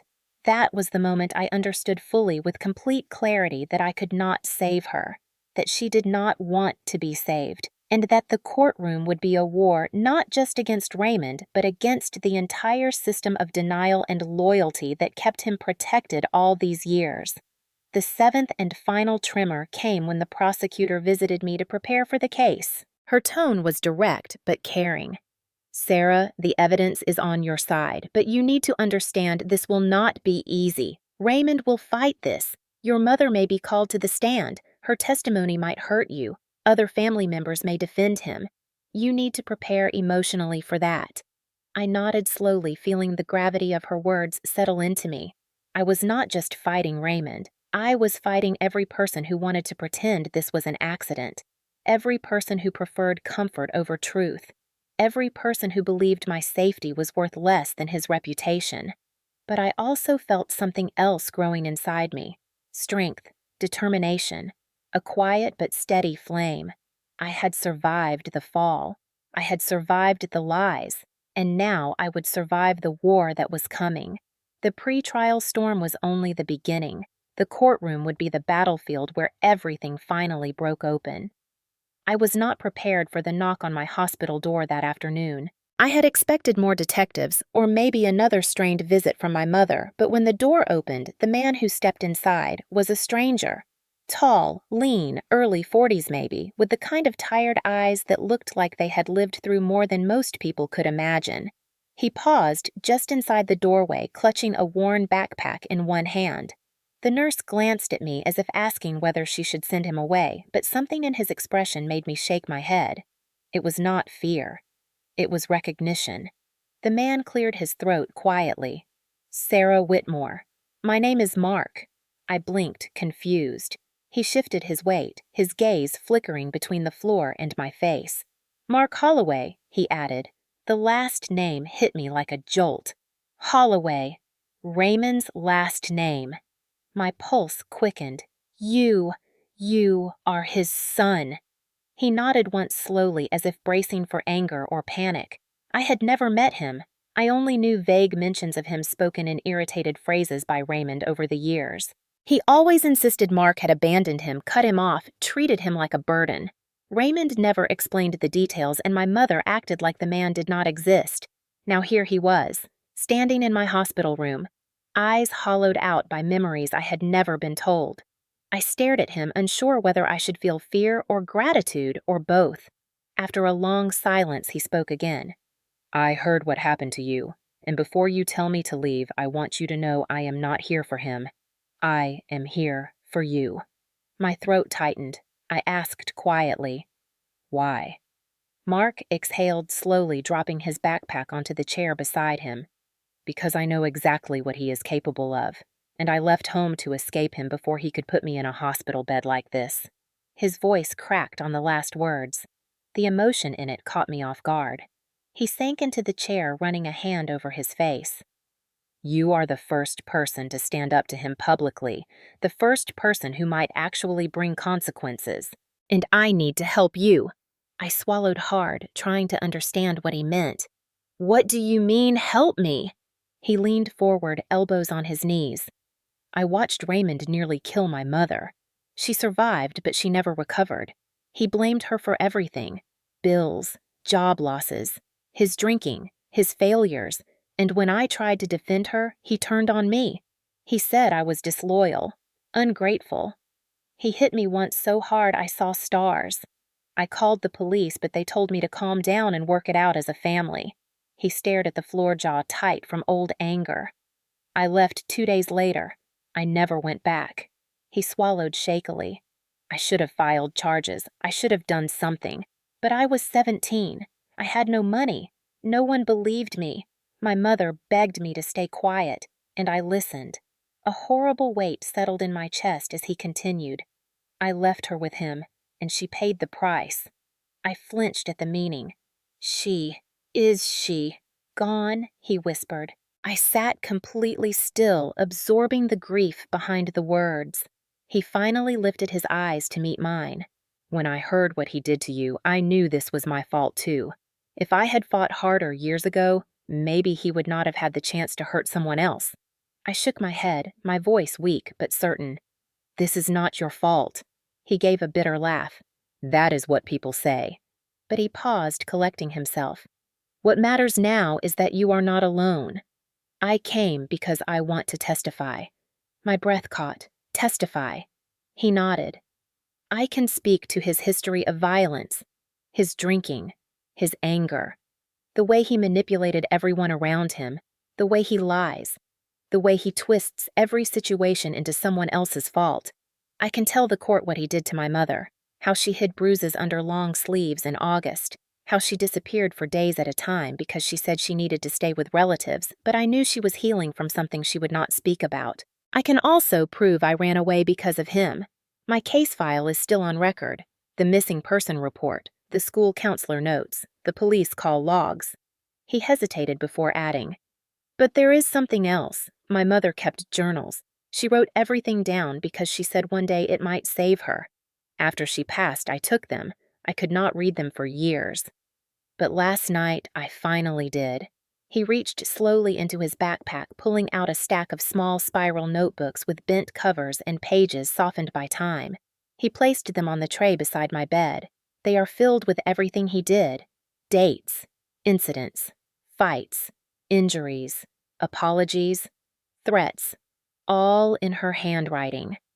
My pulse raced as he added, "They paint a clear picture of a violent pattern stretching over 2 decades.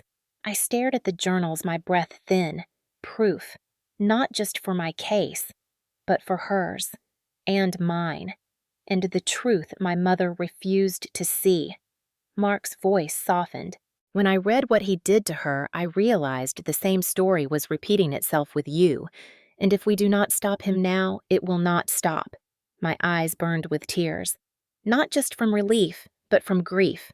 For his mother, for him, for me. He leaned back in the chair, giving me space to absorb everything. "I know you are scared. I know testifying is hard, but you are the first person who has enough evidence to actually put him away, and I will stand with you." For the first time in weeks, I felt a shift inside me. Something steady, something strong. Not just fear, not just survival. Hope. Real hope. And the powerful realization that Raymond's control was breaking. The truth was finally stepping into the light. Recovery was nothing like I imagined. It was not linear or calm or hopeful. It was jagged, unpredictable, and full of moments where my own mind betrayed me. Even as my bones slowly knit themselves back together and the bruises faded from blue to yellow to pale green, the deeper wounds stayed raw. The doctors told me the concussion would cause fatigue migraines, trouble concentrating, and emotional instability, but they did not warn me about the flashbacks. Those came without invitation, striking at the quietest moments. Sometimes it was the sound of a door closing down the hallway. Sometimes it was the sudden clatter of a dropped metal tray in the hospital cafeteria. Sometimes it was nothing at all. My brain replayed the shove, the air rushing past me, the helpless fall, the certainty of death. It hit me like a punch each time, leaving me shaking, breathless, drenched in sweat. Physical therapy began 4 days after my fall. The therapist, a patient woman named Laura, explained that they needed to prevent stiffness in my shoulder and encourage my ribs to heal without complications. But each session felt like walking through fire. When she guided my arm through gentle arcs, pain screamed across my rib cage and up my neck. I clenched my teeth, trying not to cry, trying not to fall apart, trying to act stronger than I felt. "You will get there," she always said softly, "one day at a time." But progress felt microscopic. Every inch forward came with another reminder of how fragile my body had become. The nightmares made it worse. I woke up almost every night, gasping for air, reliving the moment I crashed through the window. I could still feel the cold hit my skin. I could still hear my mother scream. I could still see the porch roof rushing up to meet me. Nurses reassured me it was normal. Trauma takes time to unravel. But time felt like something I no longer had control over. It stretched endlessly inside the hospital, each hour blurring into the next. Therapy sessions with the hospital's psychologist began shortly after the nightmares worsened. Dr. Keating was gentle and sharp all at once. She asked questions that made me uncomfortable because they forced me to face things I had spent years avoiding. She talked about trauma cycles, about the way victims normalize danger, about how growing up in abusive environments teaches the brain to accept chaos as part of life. When she said you have been surviving for a very long time, not living, I felt something inside me crack. For the first time, I admitted out loud how truly afraid I had always been of Raymond. Not just in the last few months, not just during the attack, for years. admitting that was both terrifying and relieving. But therapy was only half of the preparation. The other half came from the district attorney's office. Two attorneys, a young assistant DA named Cooper and his supervisor, a seasoned prosecutor named Langford, arrived with thick binders, digital timelines, highlighted statements, and more paperwork than I believed was humanly possible. "This will be a complicated case," Langford warned as he settled into the chair across from my hospital bed. "Attempted homicide cases involving family often spiral emotionally. Be ready for that." I nodded slowly, still adjusting to the idea that Raymond might actually stand trial. Cooper passed me a binder filled with neatly organized sections: witness lists, evidence summaries, medical reports, scene diagrams. They reviewed every piece, explaining how each part built the narrative the jury needed to understand. They asked me to recount the events repeatedly, not because they doubted me, but because consistency mattered. Courtroom testimony was brutal, they said. Defense attorneys twisted words, amplified small inconsistencies, magnified moments of uncertainty. "We need you to feel grounded in your truth," Langford said gently. "Not rehearsed, not robotic, but steady, confident." I practiced my statement dozens of times. The attorneys corrected my phrasing, encouraged clarity, and reminded me not to volunteer extra information. "Answer exactly what is asked," Cooper repeated. "Not more. Not less." Each practice session reopened wounds. Saying he pushed me aloud felt like ripping the bandage off again and again. But with each retelling, my voice grew less shaky, my breath more controlled. Still, it took everything inside me to keep going. One afternoon, after a particularly difficult run-through of the testimony, I found myself trembling uncontrollably, the memory playing too vividly in my mind. The room felt too bright, too small, too cold. I curled into myself, trying to breathe, trying to escape the panic clawing its way up my throat. Elaine, the nurse, recognized the signs immediately. She sat beside me, placed a gentle hand on my arm, and whispered grounding techniques. 5 things you can see, 4 things you can touch, 3 things you can hear, 2 things you can smell, 1 thing you can taste. It took several minutes before the panic dissolved into exhaustion. After it passed, she said softly, "Trauma wants you to relive it. Healing means refusing to let it define you." Her words stayed with me. So did Mark's support. He came almost every day for updates, bringing coffee. Soft blankets, whatever he thought might make the hospital feel less suffocating. Sometimes he sat quietly beside me while I rested. Other times he talked about his mother, about the life he built after leaving Raymond, about how guilt had chased him for years. "You and I share the same kind of wound," he said once, "and wounds like ours do not heal alone." His presence strengthened me in a way I did not expect. He understood the trauma without me having to explain it. He understood the fear without me having to describe it. He understood the grief of loving someone who chose violence over family. My mother came less often. When she did visit, she seemed torn between wanting to comfort me and wanting to deny the reality of what happened. Her conversations always drifted back to Raymond. "He needs help. He is sorry. He is scared. He misses you." Every sentence chipped away at something inside me until finally I asked the question that had been burning inside my chest for weeks. "Do you believe I fell, or do you believe he pushed me?" She froze. Her eyes flickered. She opened her mouth and closed it again. Her silence was my answer. That night, I cried harder than I had since the fall. Not because of the pain, but because losing a mother hurts in a way no broken bone ever can. As the trial date approached, the hospital discharged me into outpatient therapy. I moved into a temporary housing unit arranged through the Victim Support Program. It was small, quiet, safe. The first night alone there, I sat on the couch with my arm in a sling and my ribs wrapped, listening to the hum of the refrigerator and the distant traffic outside. For the first time in years, I slept without fear of footsteps on the stairs. The trial preparation intensified. The DA's office scheduled mock cross-examinations, refining my answers under harsh questioning. They warned me the defense would try to portray me as emotional unstable, overreactive, or mistaken. They would claim I fell. They would claim I provoked him. They would claim his drinking impaired his judgment. They would claim anything except the truth. But the evidence told a story they could not escape. Video clips, photographs, forensic reports, medical findings, audio recordings, and now Mark's testimony. Every piece stacked against Raymond like a wall he could not climb over. Still, the reality of facing him in court made my stomach twist in knots. The day before the trial, I asked Langford a question that had haunted me for weeks.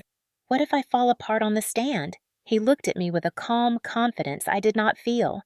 Then you fall apart, and you get back up, because your truth is stronger than his lies. Those words settled into me like an anchor. Finally, the day I had dreaded and prepared for arrived. The courtroom would be the final test. The moment everything collided. I was terrified. I was exhausted. I was healing but not whole. But I was ready, or at least ready enough. The courthouse felt colder than the hospital ever had, despite the polished hardwood floors and the soft hum of circulation vents meant to keep the air comfortable. Maybe it was not the temperature at all, but the atmosphere, that strange mix of tension, ritual, and quiet judgment resting heavily on my skin as I sat in the witness waiting room. My hands trembled despite the brace around my wrist and the pain medication I had taken that morning. It was not the physical pain that unnerved me. It was knowing that in just a few minutes I would be sitting in front of Raymond again, separated only by a few feet in the boundaries of the justice system. I had imagined that moment countless times, but imagination was nothing compared to reality. The hallway outside shifted with footsteps, the kind of soft, echoing steps made by lawyers who had walked these halls for decades, carrying lives and stories in manila folders. When the door opened, Assistant District Attorney Cooper stepped inside, wearing a dark gray suit and holding a clipboard.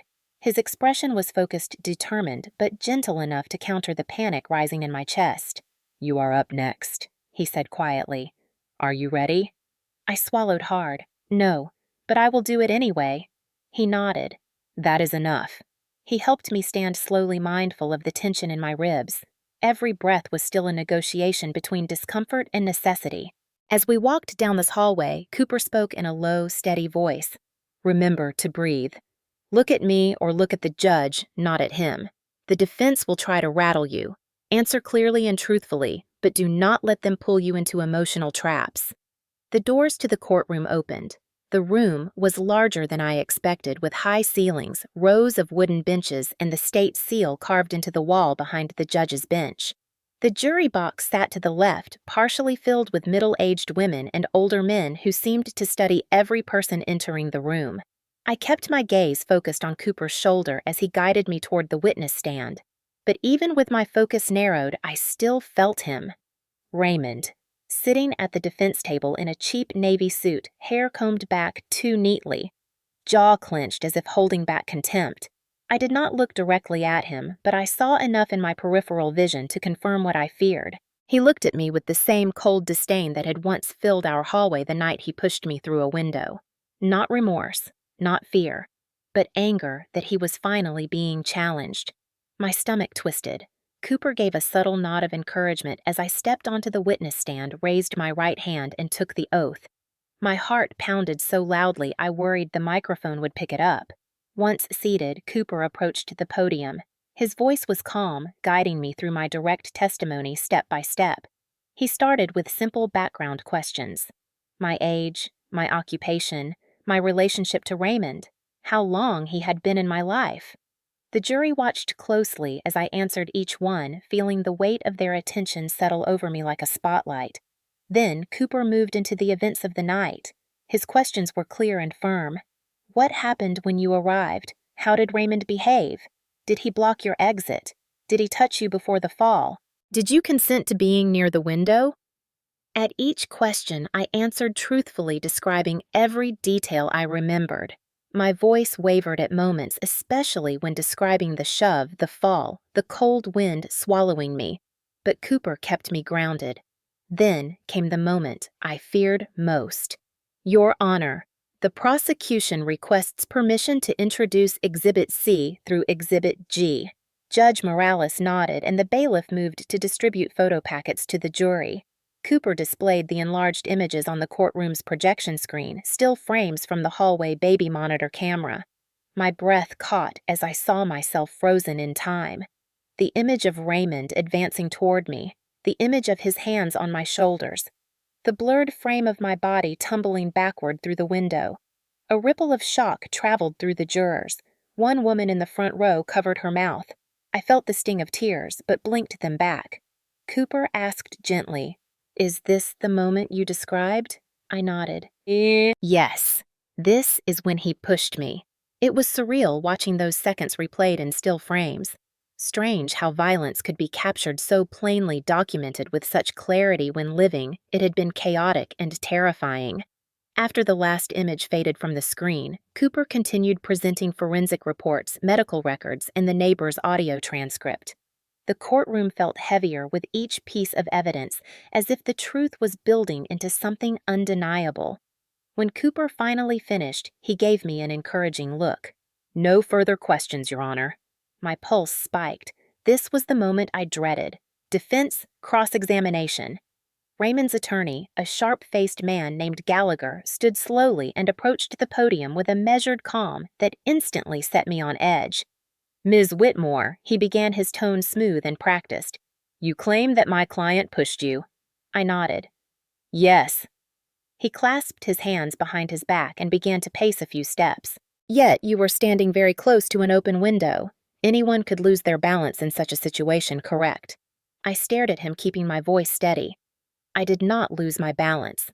I was pushed." Gallagher lifted a brow, feigning interest. "People under emotional distress often misinterpret physical sensations, do they not?" "Objection," Cooper interjected. "Counsel is leading the witness and implying medical conclusions." "Sustained," the judge said. Gallagher forced a polite smile.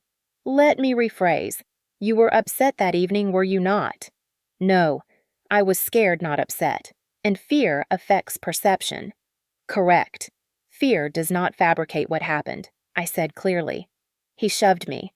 Gallagher's expression tightened. He shifted tactics. "Earlier you testified that you were tired, overworked, and emotionally strained from your job. Is it possible those factors influenced your memory?" "No. My injuries were not imagined. They came from the fall he caused." He approached the screen and clicked to the still frame showing my body blurred in motion. "This image does not clearly show a push." "Does it? It shows only movement." I clenched my jaw. "The frame rate of the camera is low.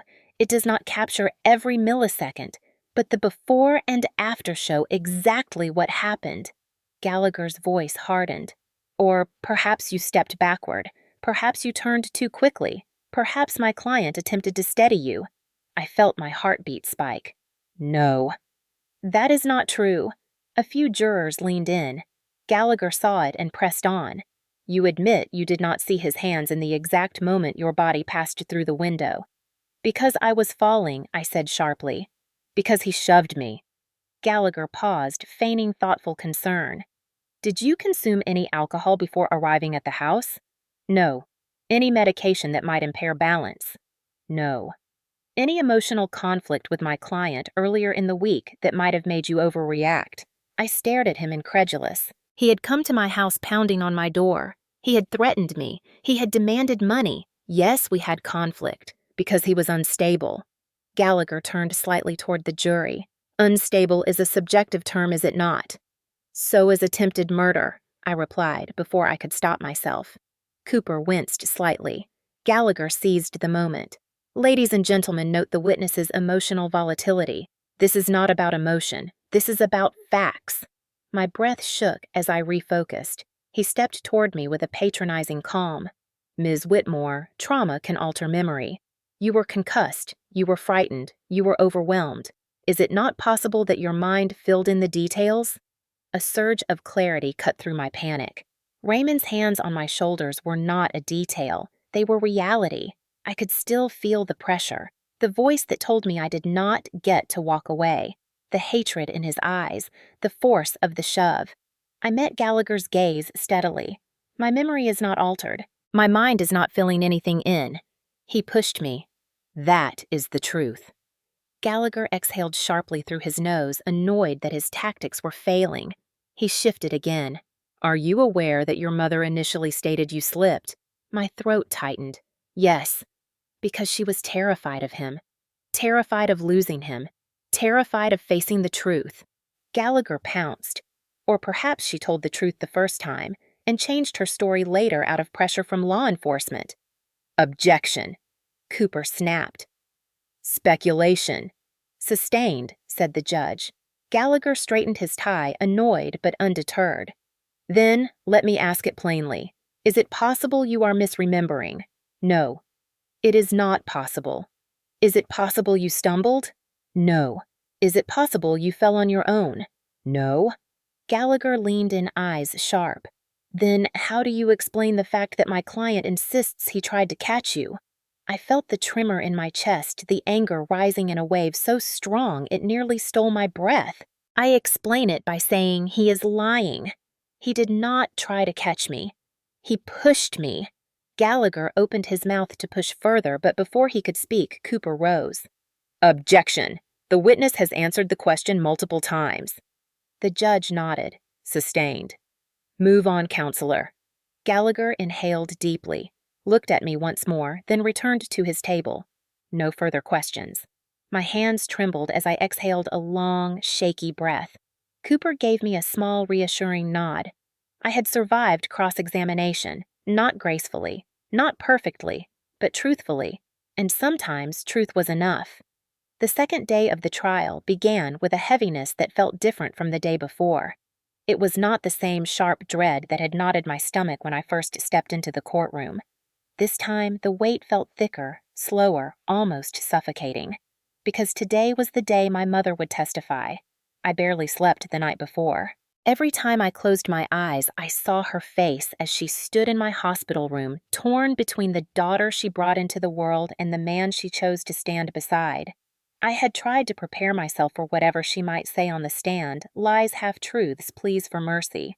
But a small part of me, the part that stubbornly refused to die, still hoped she might finally choose me.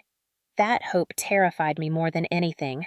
Hope was the one thing that still had the power to break me. When I entered the courtroom, Raymond was already seated beside Gallagher. He didn't look at me directly, but the tension in his jaw suggested he was bracing for something. Whether it was fear or anger, I couldn't tell. The bailiff called everyone to rise, and Judge Morales entered with the same calm authority she had displayed throughout the first day of testimony. She surveyed the room briefly before nodding for us to sit. Ladies and gentlemen, we will continue with witness testimony, she announced. Prosecution, call your next witness. Cooper stood. The state calls Mrs. Linda Whitmore. My breath froze. The side door opened and my mother stepped inside. She looked smaller somehow, almost frail. She wore a simple gray sweater and dark slacks clothes that made her look like a ghost of herself. Her hands clutched a tissue so tightly it was crumpled into a ball. She avoided my gaze as she walked past me heading toward the witness stand with stiff, hesitant steps. After she was sworn in, she sat down knuckles white against the rail. Cooper approached slowly, his voice gentle. Mrs. Whitmore, thank you for being here. She nodded without looking at him. He began with easy questions: background, age, how long she had been married to Raymond, whether she remembered the evening of December 14th. Her answers were quiet, flat rehearsed. Then Cooper shifted to the heart of the testimony. Where were you when your daughter Sarah arrived at the house? I was downstairs, she murmured. And did you observe Raymond's demeanor when she arrived? My mother blinked hard. He was upset. Cooper kept his tone steady. Upset in what way? She swallowed. He had been drinking. He was angry about finances.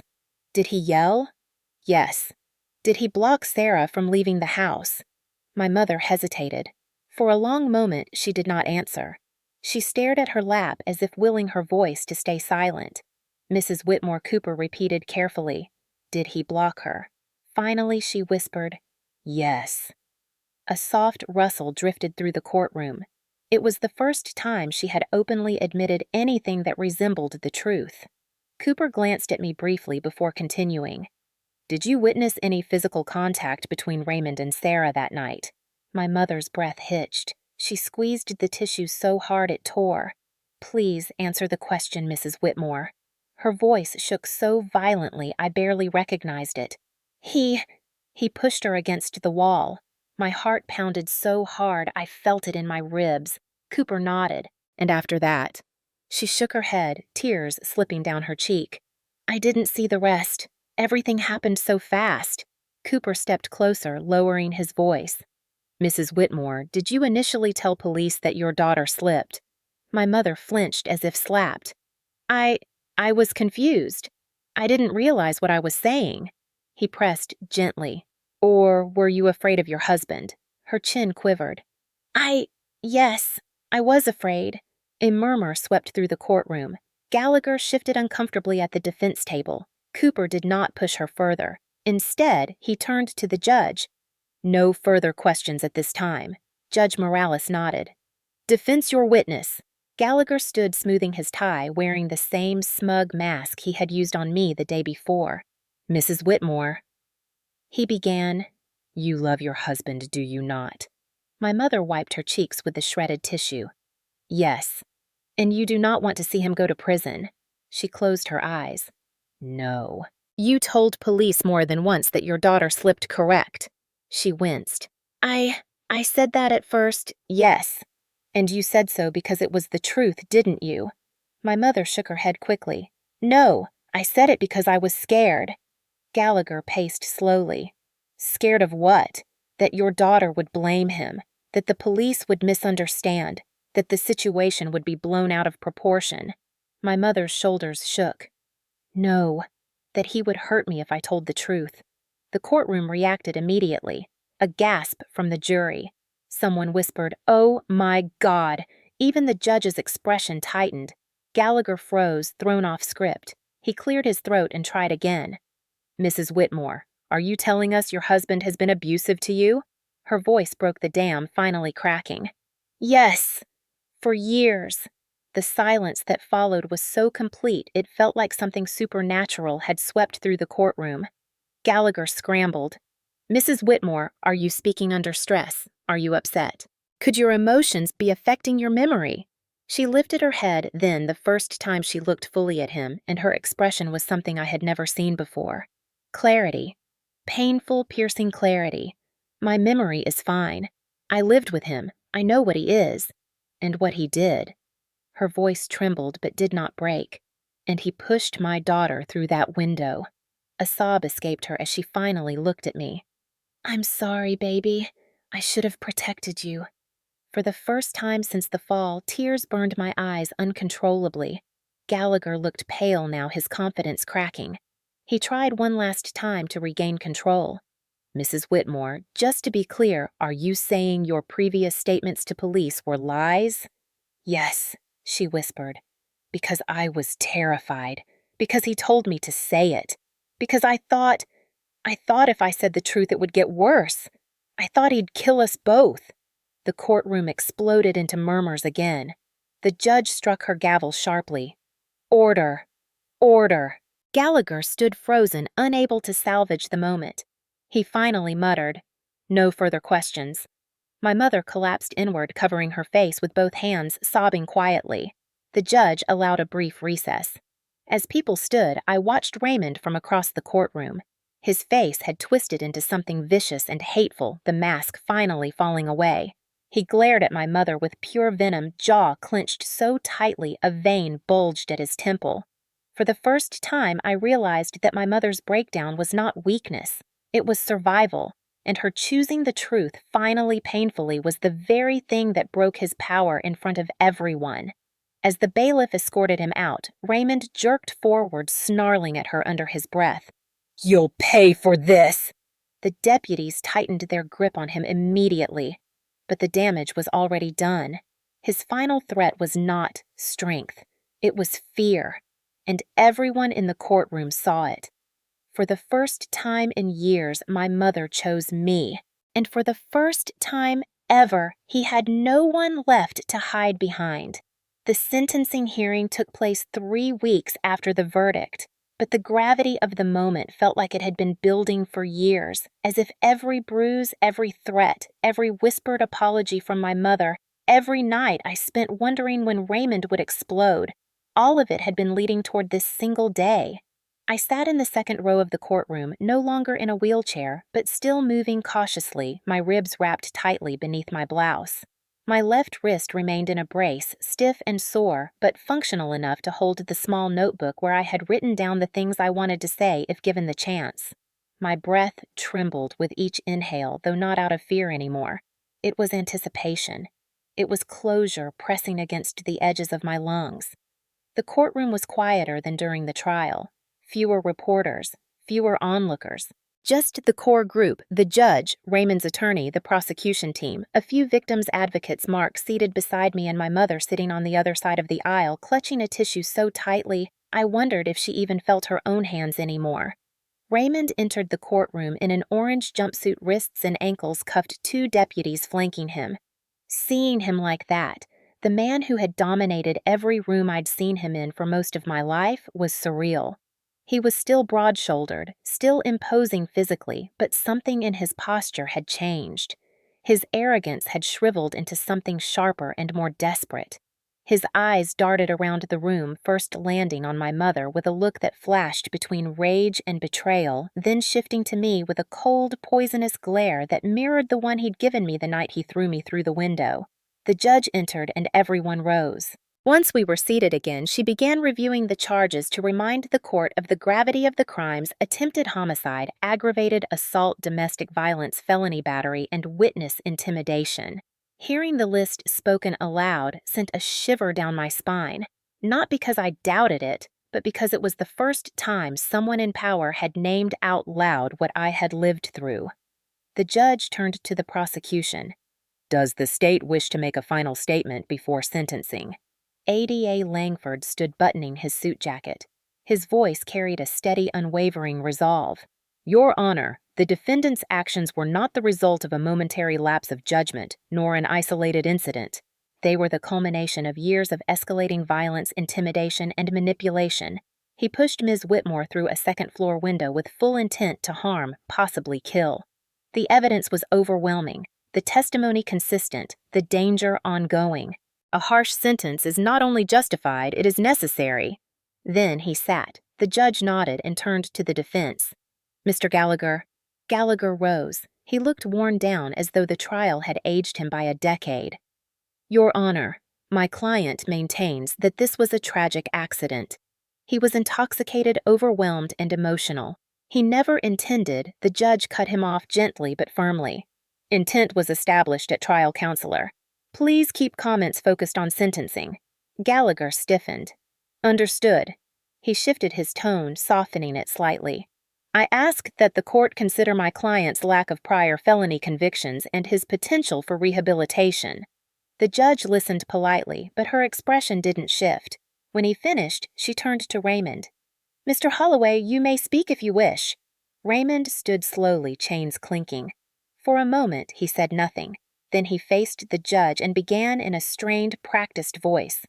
"Your Honor, I've made mistakes. I've struggled with anger and alcohol, but I loved my wife, and I cared for Sarah more than she ever cared to admit."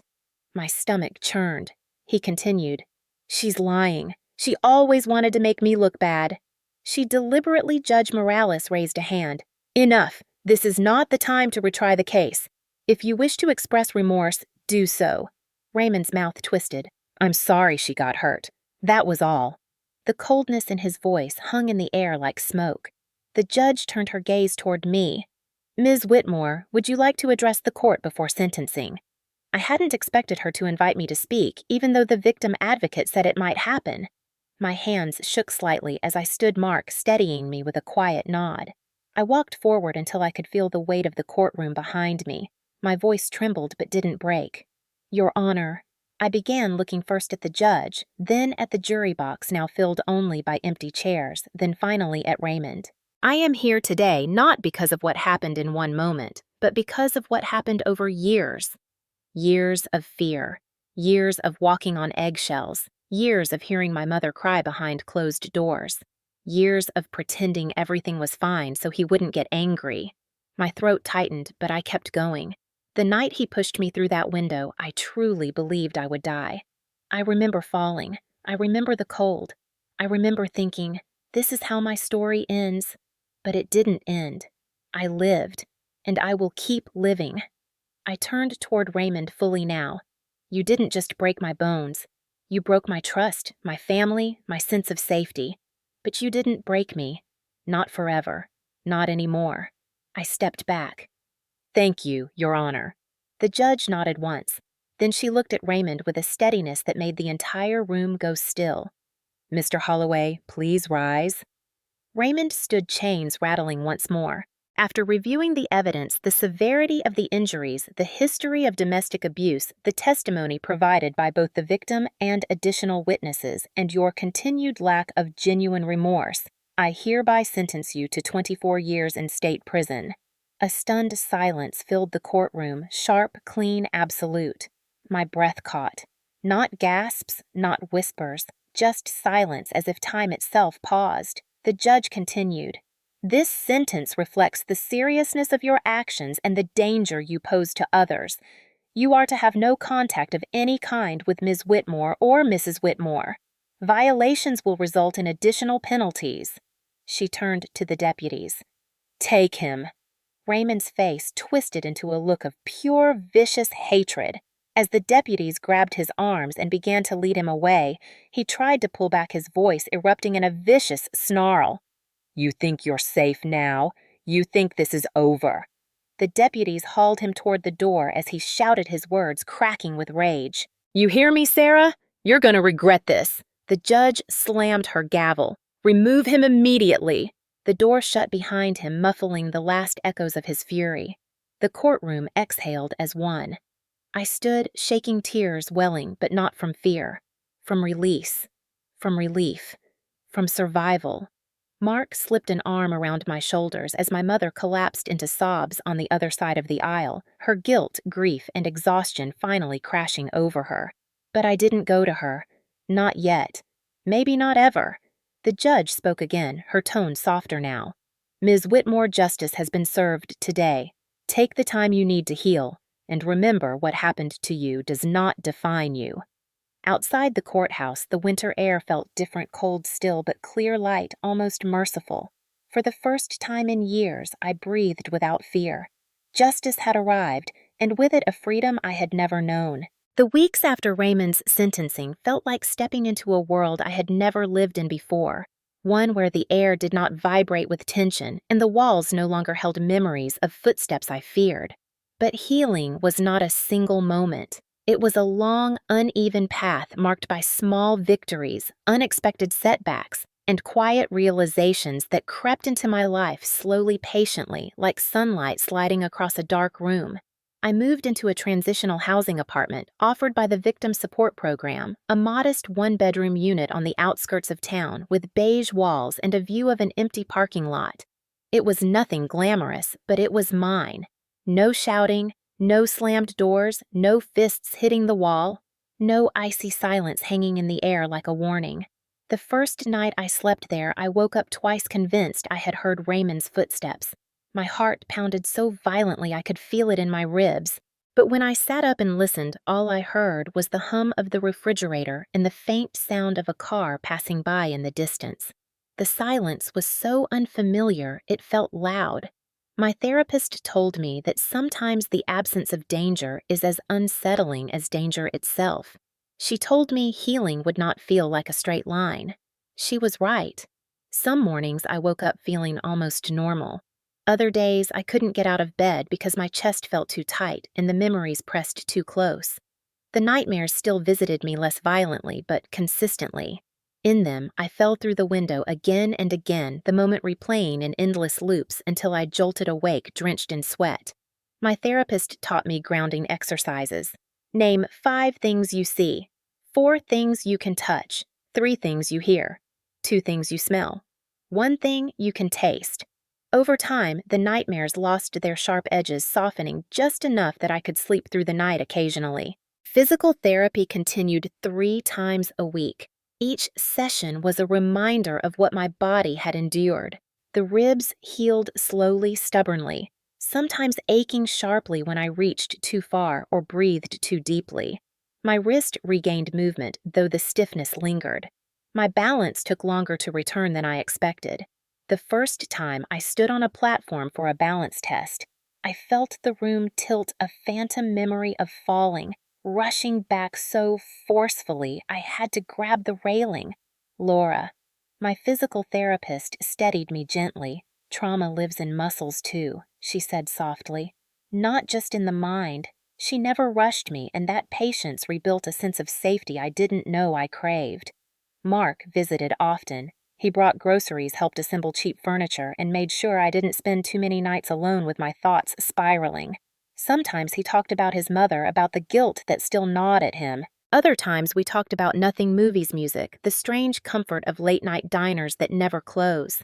He became a quiet anchor in the storm that followed the trial. But even with his support, the void left by my mother weighed heavily. She called once after sentencing but didn't say much. Her voice cracked with guilt, regret, and a pain I couldn't unravel. She apologized again, not just for lying, but for everything. For choosing him, for not seeing me, for not protecting me. I listened but didn't respond right away. I wanted to forgive her, but forgiveness was not a simple door I could walk through. It was a long hallway with too many locked rooms. I told her calmly that I needed space. She cried and said she understood.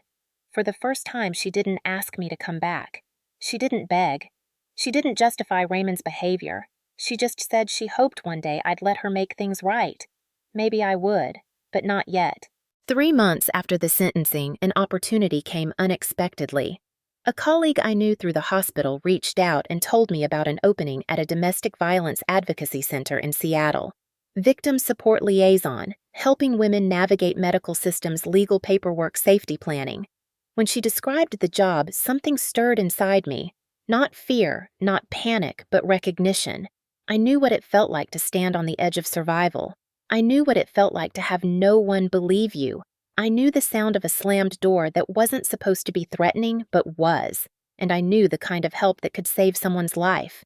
The kind I had needed for years, but never asked for. Moving felt terrifying, but the idea of staying felt worse.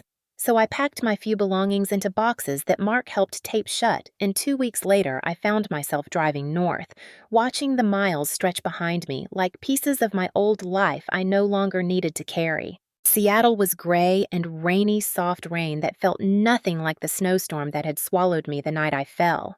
The city felt alive, yet safe, bustling but distant in a comforting way. My new apartment overlooked a narrow street lined with coffee shops and bookstores. For the first time in my adult life, I unlocked a door, knowing no one else had a copy of the key. Work at the advocacy center started slowly. I shadowed counselors, attended training sessions, learned the protocols. The first survivor I helped was a woman with bruises beneath her collarbone and fear etched into her voice. When she asked, trembling, what would happen to her husband if she reported him, I looked into her eyes and understood her completely. I told her gently that her safety mattered more than his consequences, and something in her expression changed. She believed me. That moment stayed with me long after she left the building.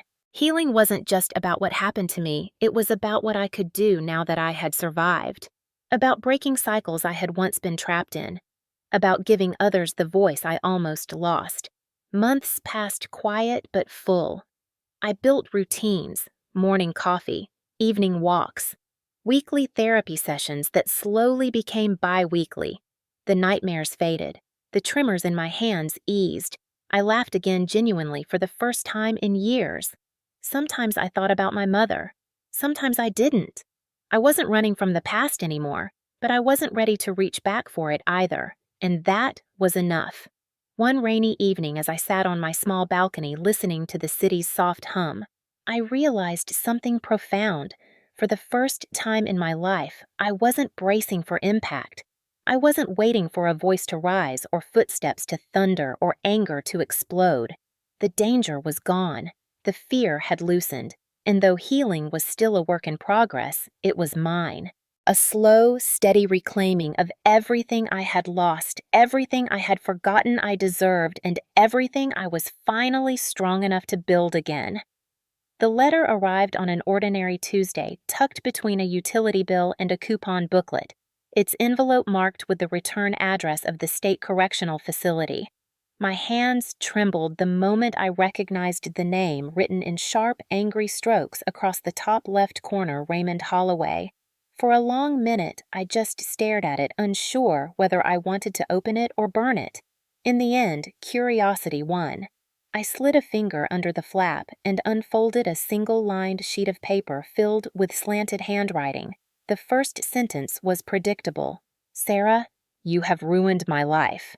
The rest read like a final attempt to reclaim control. He insisted he never meant to hurt me, claimed the fall was an accident, blamed alcohol, blamed stress, blamed me. Every paragraph was a twisted knot of self-pity and manipulation, an echo of the man who had controlled our household for decades. But what caught my attention most wasn't his denial or his half-hearted apology. It was the final line. "I still want to talk to you." The words made my stomach tighten with a familiar dread. And then, almost immediately, a strange sense of clarity washed over me. I folded the letter neatly, placed it back in the envelope, and brought it to the advocacy center the next morning. The victim liaison on duty scanned the words and exhaled sharply. "This violates the restraining order," she said. "Contact of any kind, direct or indirect, is prohibited." She filed the report immediately. A week later, I received a voicemail from the prosecutor's office. Raymond was being penalized for the violation. 6 months added to his sentence. That number shouldn't have meant much in the grand scheme of 24 years, but strangely it did. It felt like the universe echoing something I had felt all along. Even behind bars, he still tried to reach for power. And even behind bars, he still failed. Life in Seattle continued to settle into something steady and real. Work at the advocacy center grew more meaningful as I gained experience. I listened to women who whispered their stories through choked breaths, their eyes darting as if expecting their abusers to burst through the door at any moment. I guided them through court filings and safety plans. I held shaking hands. I sat in long silences where the weight of what they had endured pressed heavily between us. And every time I spoke to them, a small part of me healed too. The more I helped others through their trauma, the more I understood my own. One evening, after a long day at work, I came home to find the city wrapped in a soft mist. The streetlights glowed against the haze, and the world felt quiet, suspended. Maybe it was the silence or the ache of memory, but something inside me whispered that it was time. Time to return. Time to face the place where everything ended and began. So, on a cold Saturday morning, I made the drive back to the town I had once called home. The highway stretched long and familiar, carrying both dread and a strange, grounded strength. When I pulled into my mother's neighborhood, I noticed how much had changed and how much hadn't. Some houses were newly painted. Some lawns still carried the same cracked bird baths I remembered from childhood. My mother's house, my old house, stood at the end of the street, quiet and strangely empty. The for sale sign staked in the yard tilted slightly to the right, swaying with the winter wind. I parked across the street and stepped out of the car, hugging my coat tighter around me as the cold air stung my cheeks. For a long moment, I just stared at the house, the windows, the porch, the roof that had caught my fall. It looked smaller than I remembered, less threatening, less alive with danger, as if Raymond's absence had drained it of the fear that once soaked into every board and nail. I walked slowly across the yard until I stood directly beneath the second-floor window, the one he had shoved me through. Snow crunched under my boots, soft and familiar. I tilted my head back, looking up at the frame. It had been repaired. New wood, new paint, clean lines, no cracks, no splintered edges. It was almost eerie how normal it looked, as if the violence that once shattered it had never happened at all. My breath formed soft clouds in the air. I waited for the old fear to crawl up my spine, for the trembling to begin, for the memories to hit like a tidal wave. But instead, I felt something else. Calm, distance, strength born from survival. I reached out and touched the siding, my fingers cold against the smooth surface. This was the place where my life had nearly ended, but it was also the place where my second life had begun. I whispered softly into the cold air, almost surprised by my own voice. "This ends where it started. The wind rustled through the dead branches overhead as if answering. I wondered briefly if my mother was somewhere inside the house packing boxes or sitting alone in an empty room trying to figure out how to rebuild her life. I wondered if she had found a therapist, if she had stopped blaming herself, if she had begun to understand the depth of what she had lived through too. But I didn't go inside. I wasn't there for her. I was there for me, to take back the place where I had once lost everything, to leave behind what no longer belonged to me. I stood there for a few minutes longer, letting the cold seep into my lungs, letting closure settle over me like a final exhale. Then I turned away from the house and walked back to my car. As I drove back towards Seattle, the road ahead seemed clearer than it ever had before. I wasn't running from anything. I wasn't bracing for impact. I wasn't trapped in fear or grief. I was moving forward, choosing myself. And for the first time in my life, that choice didn't feel selfish. It felt like freedom.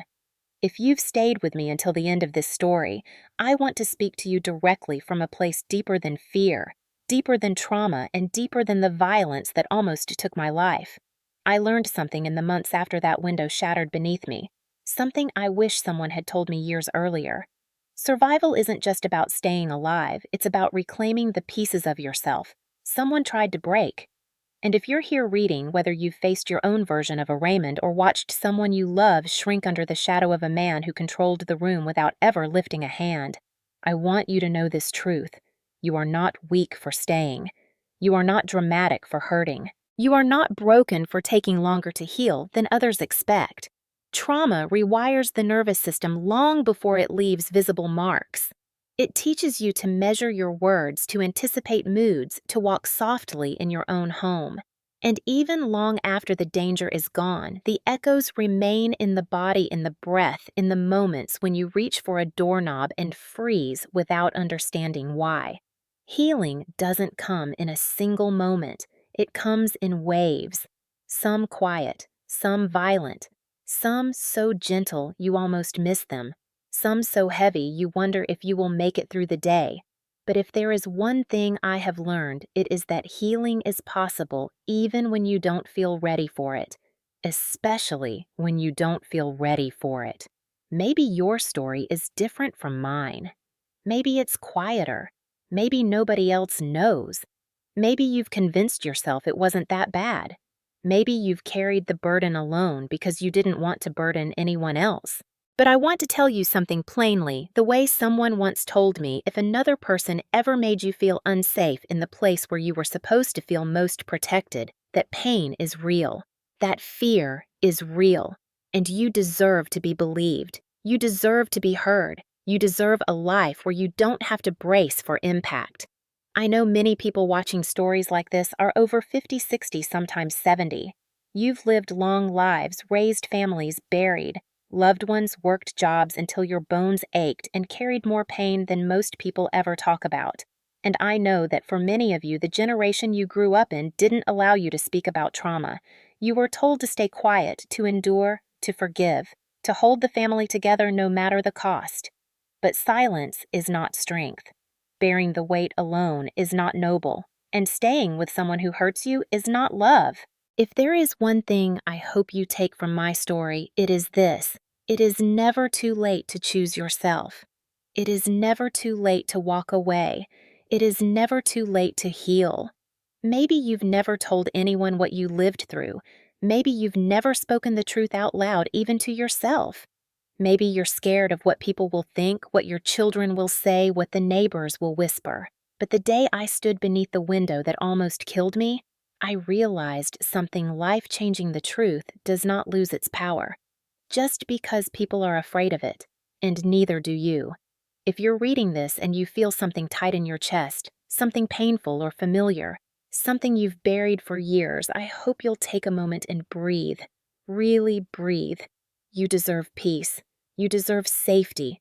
You deserve nights without fear and mornings without dread. Whether you share your story in the comments or keep it inside your heart, I hope you know that this space is a place where your pain is seen and your survival is honored. And if my story reminds you of someone who needs help, someone who has been suffering in silence, someone whose light has been dimmed by a person who should have protected them, I hope you'll reach out. Sometimes one voice, one message, one moment of compassion is enough to shift the course of someone's life. Thank you for being here. Thank you for listening. Thank you for holding this story with me. And wherever you are, whatever time it is, I hope you choose yourself today. You deserve that much.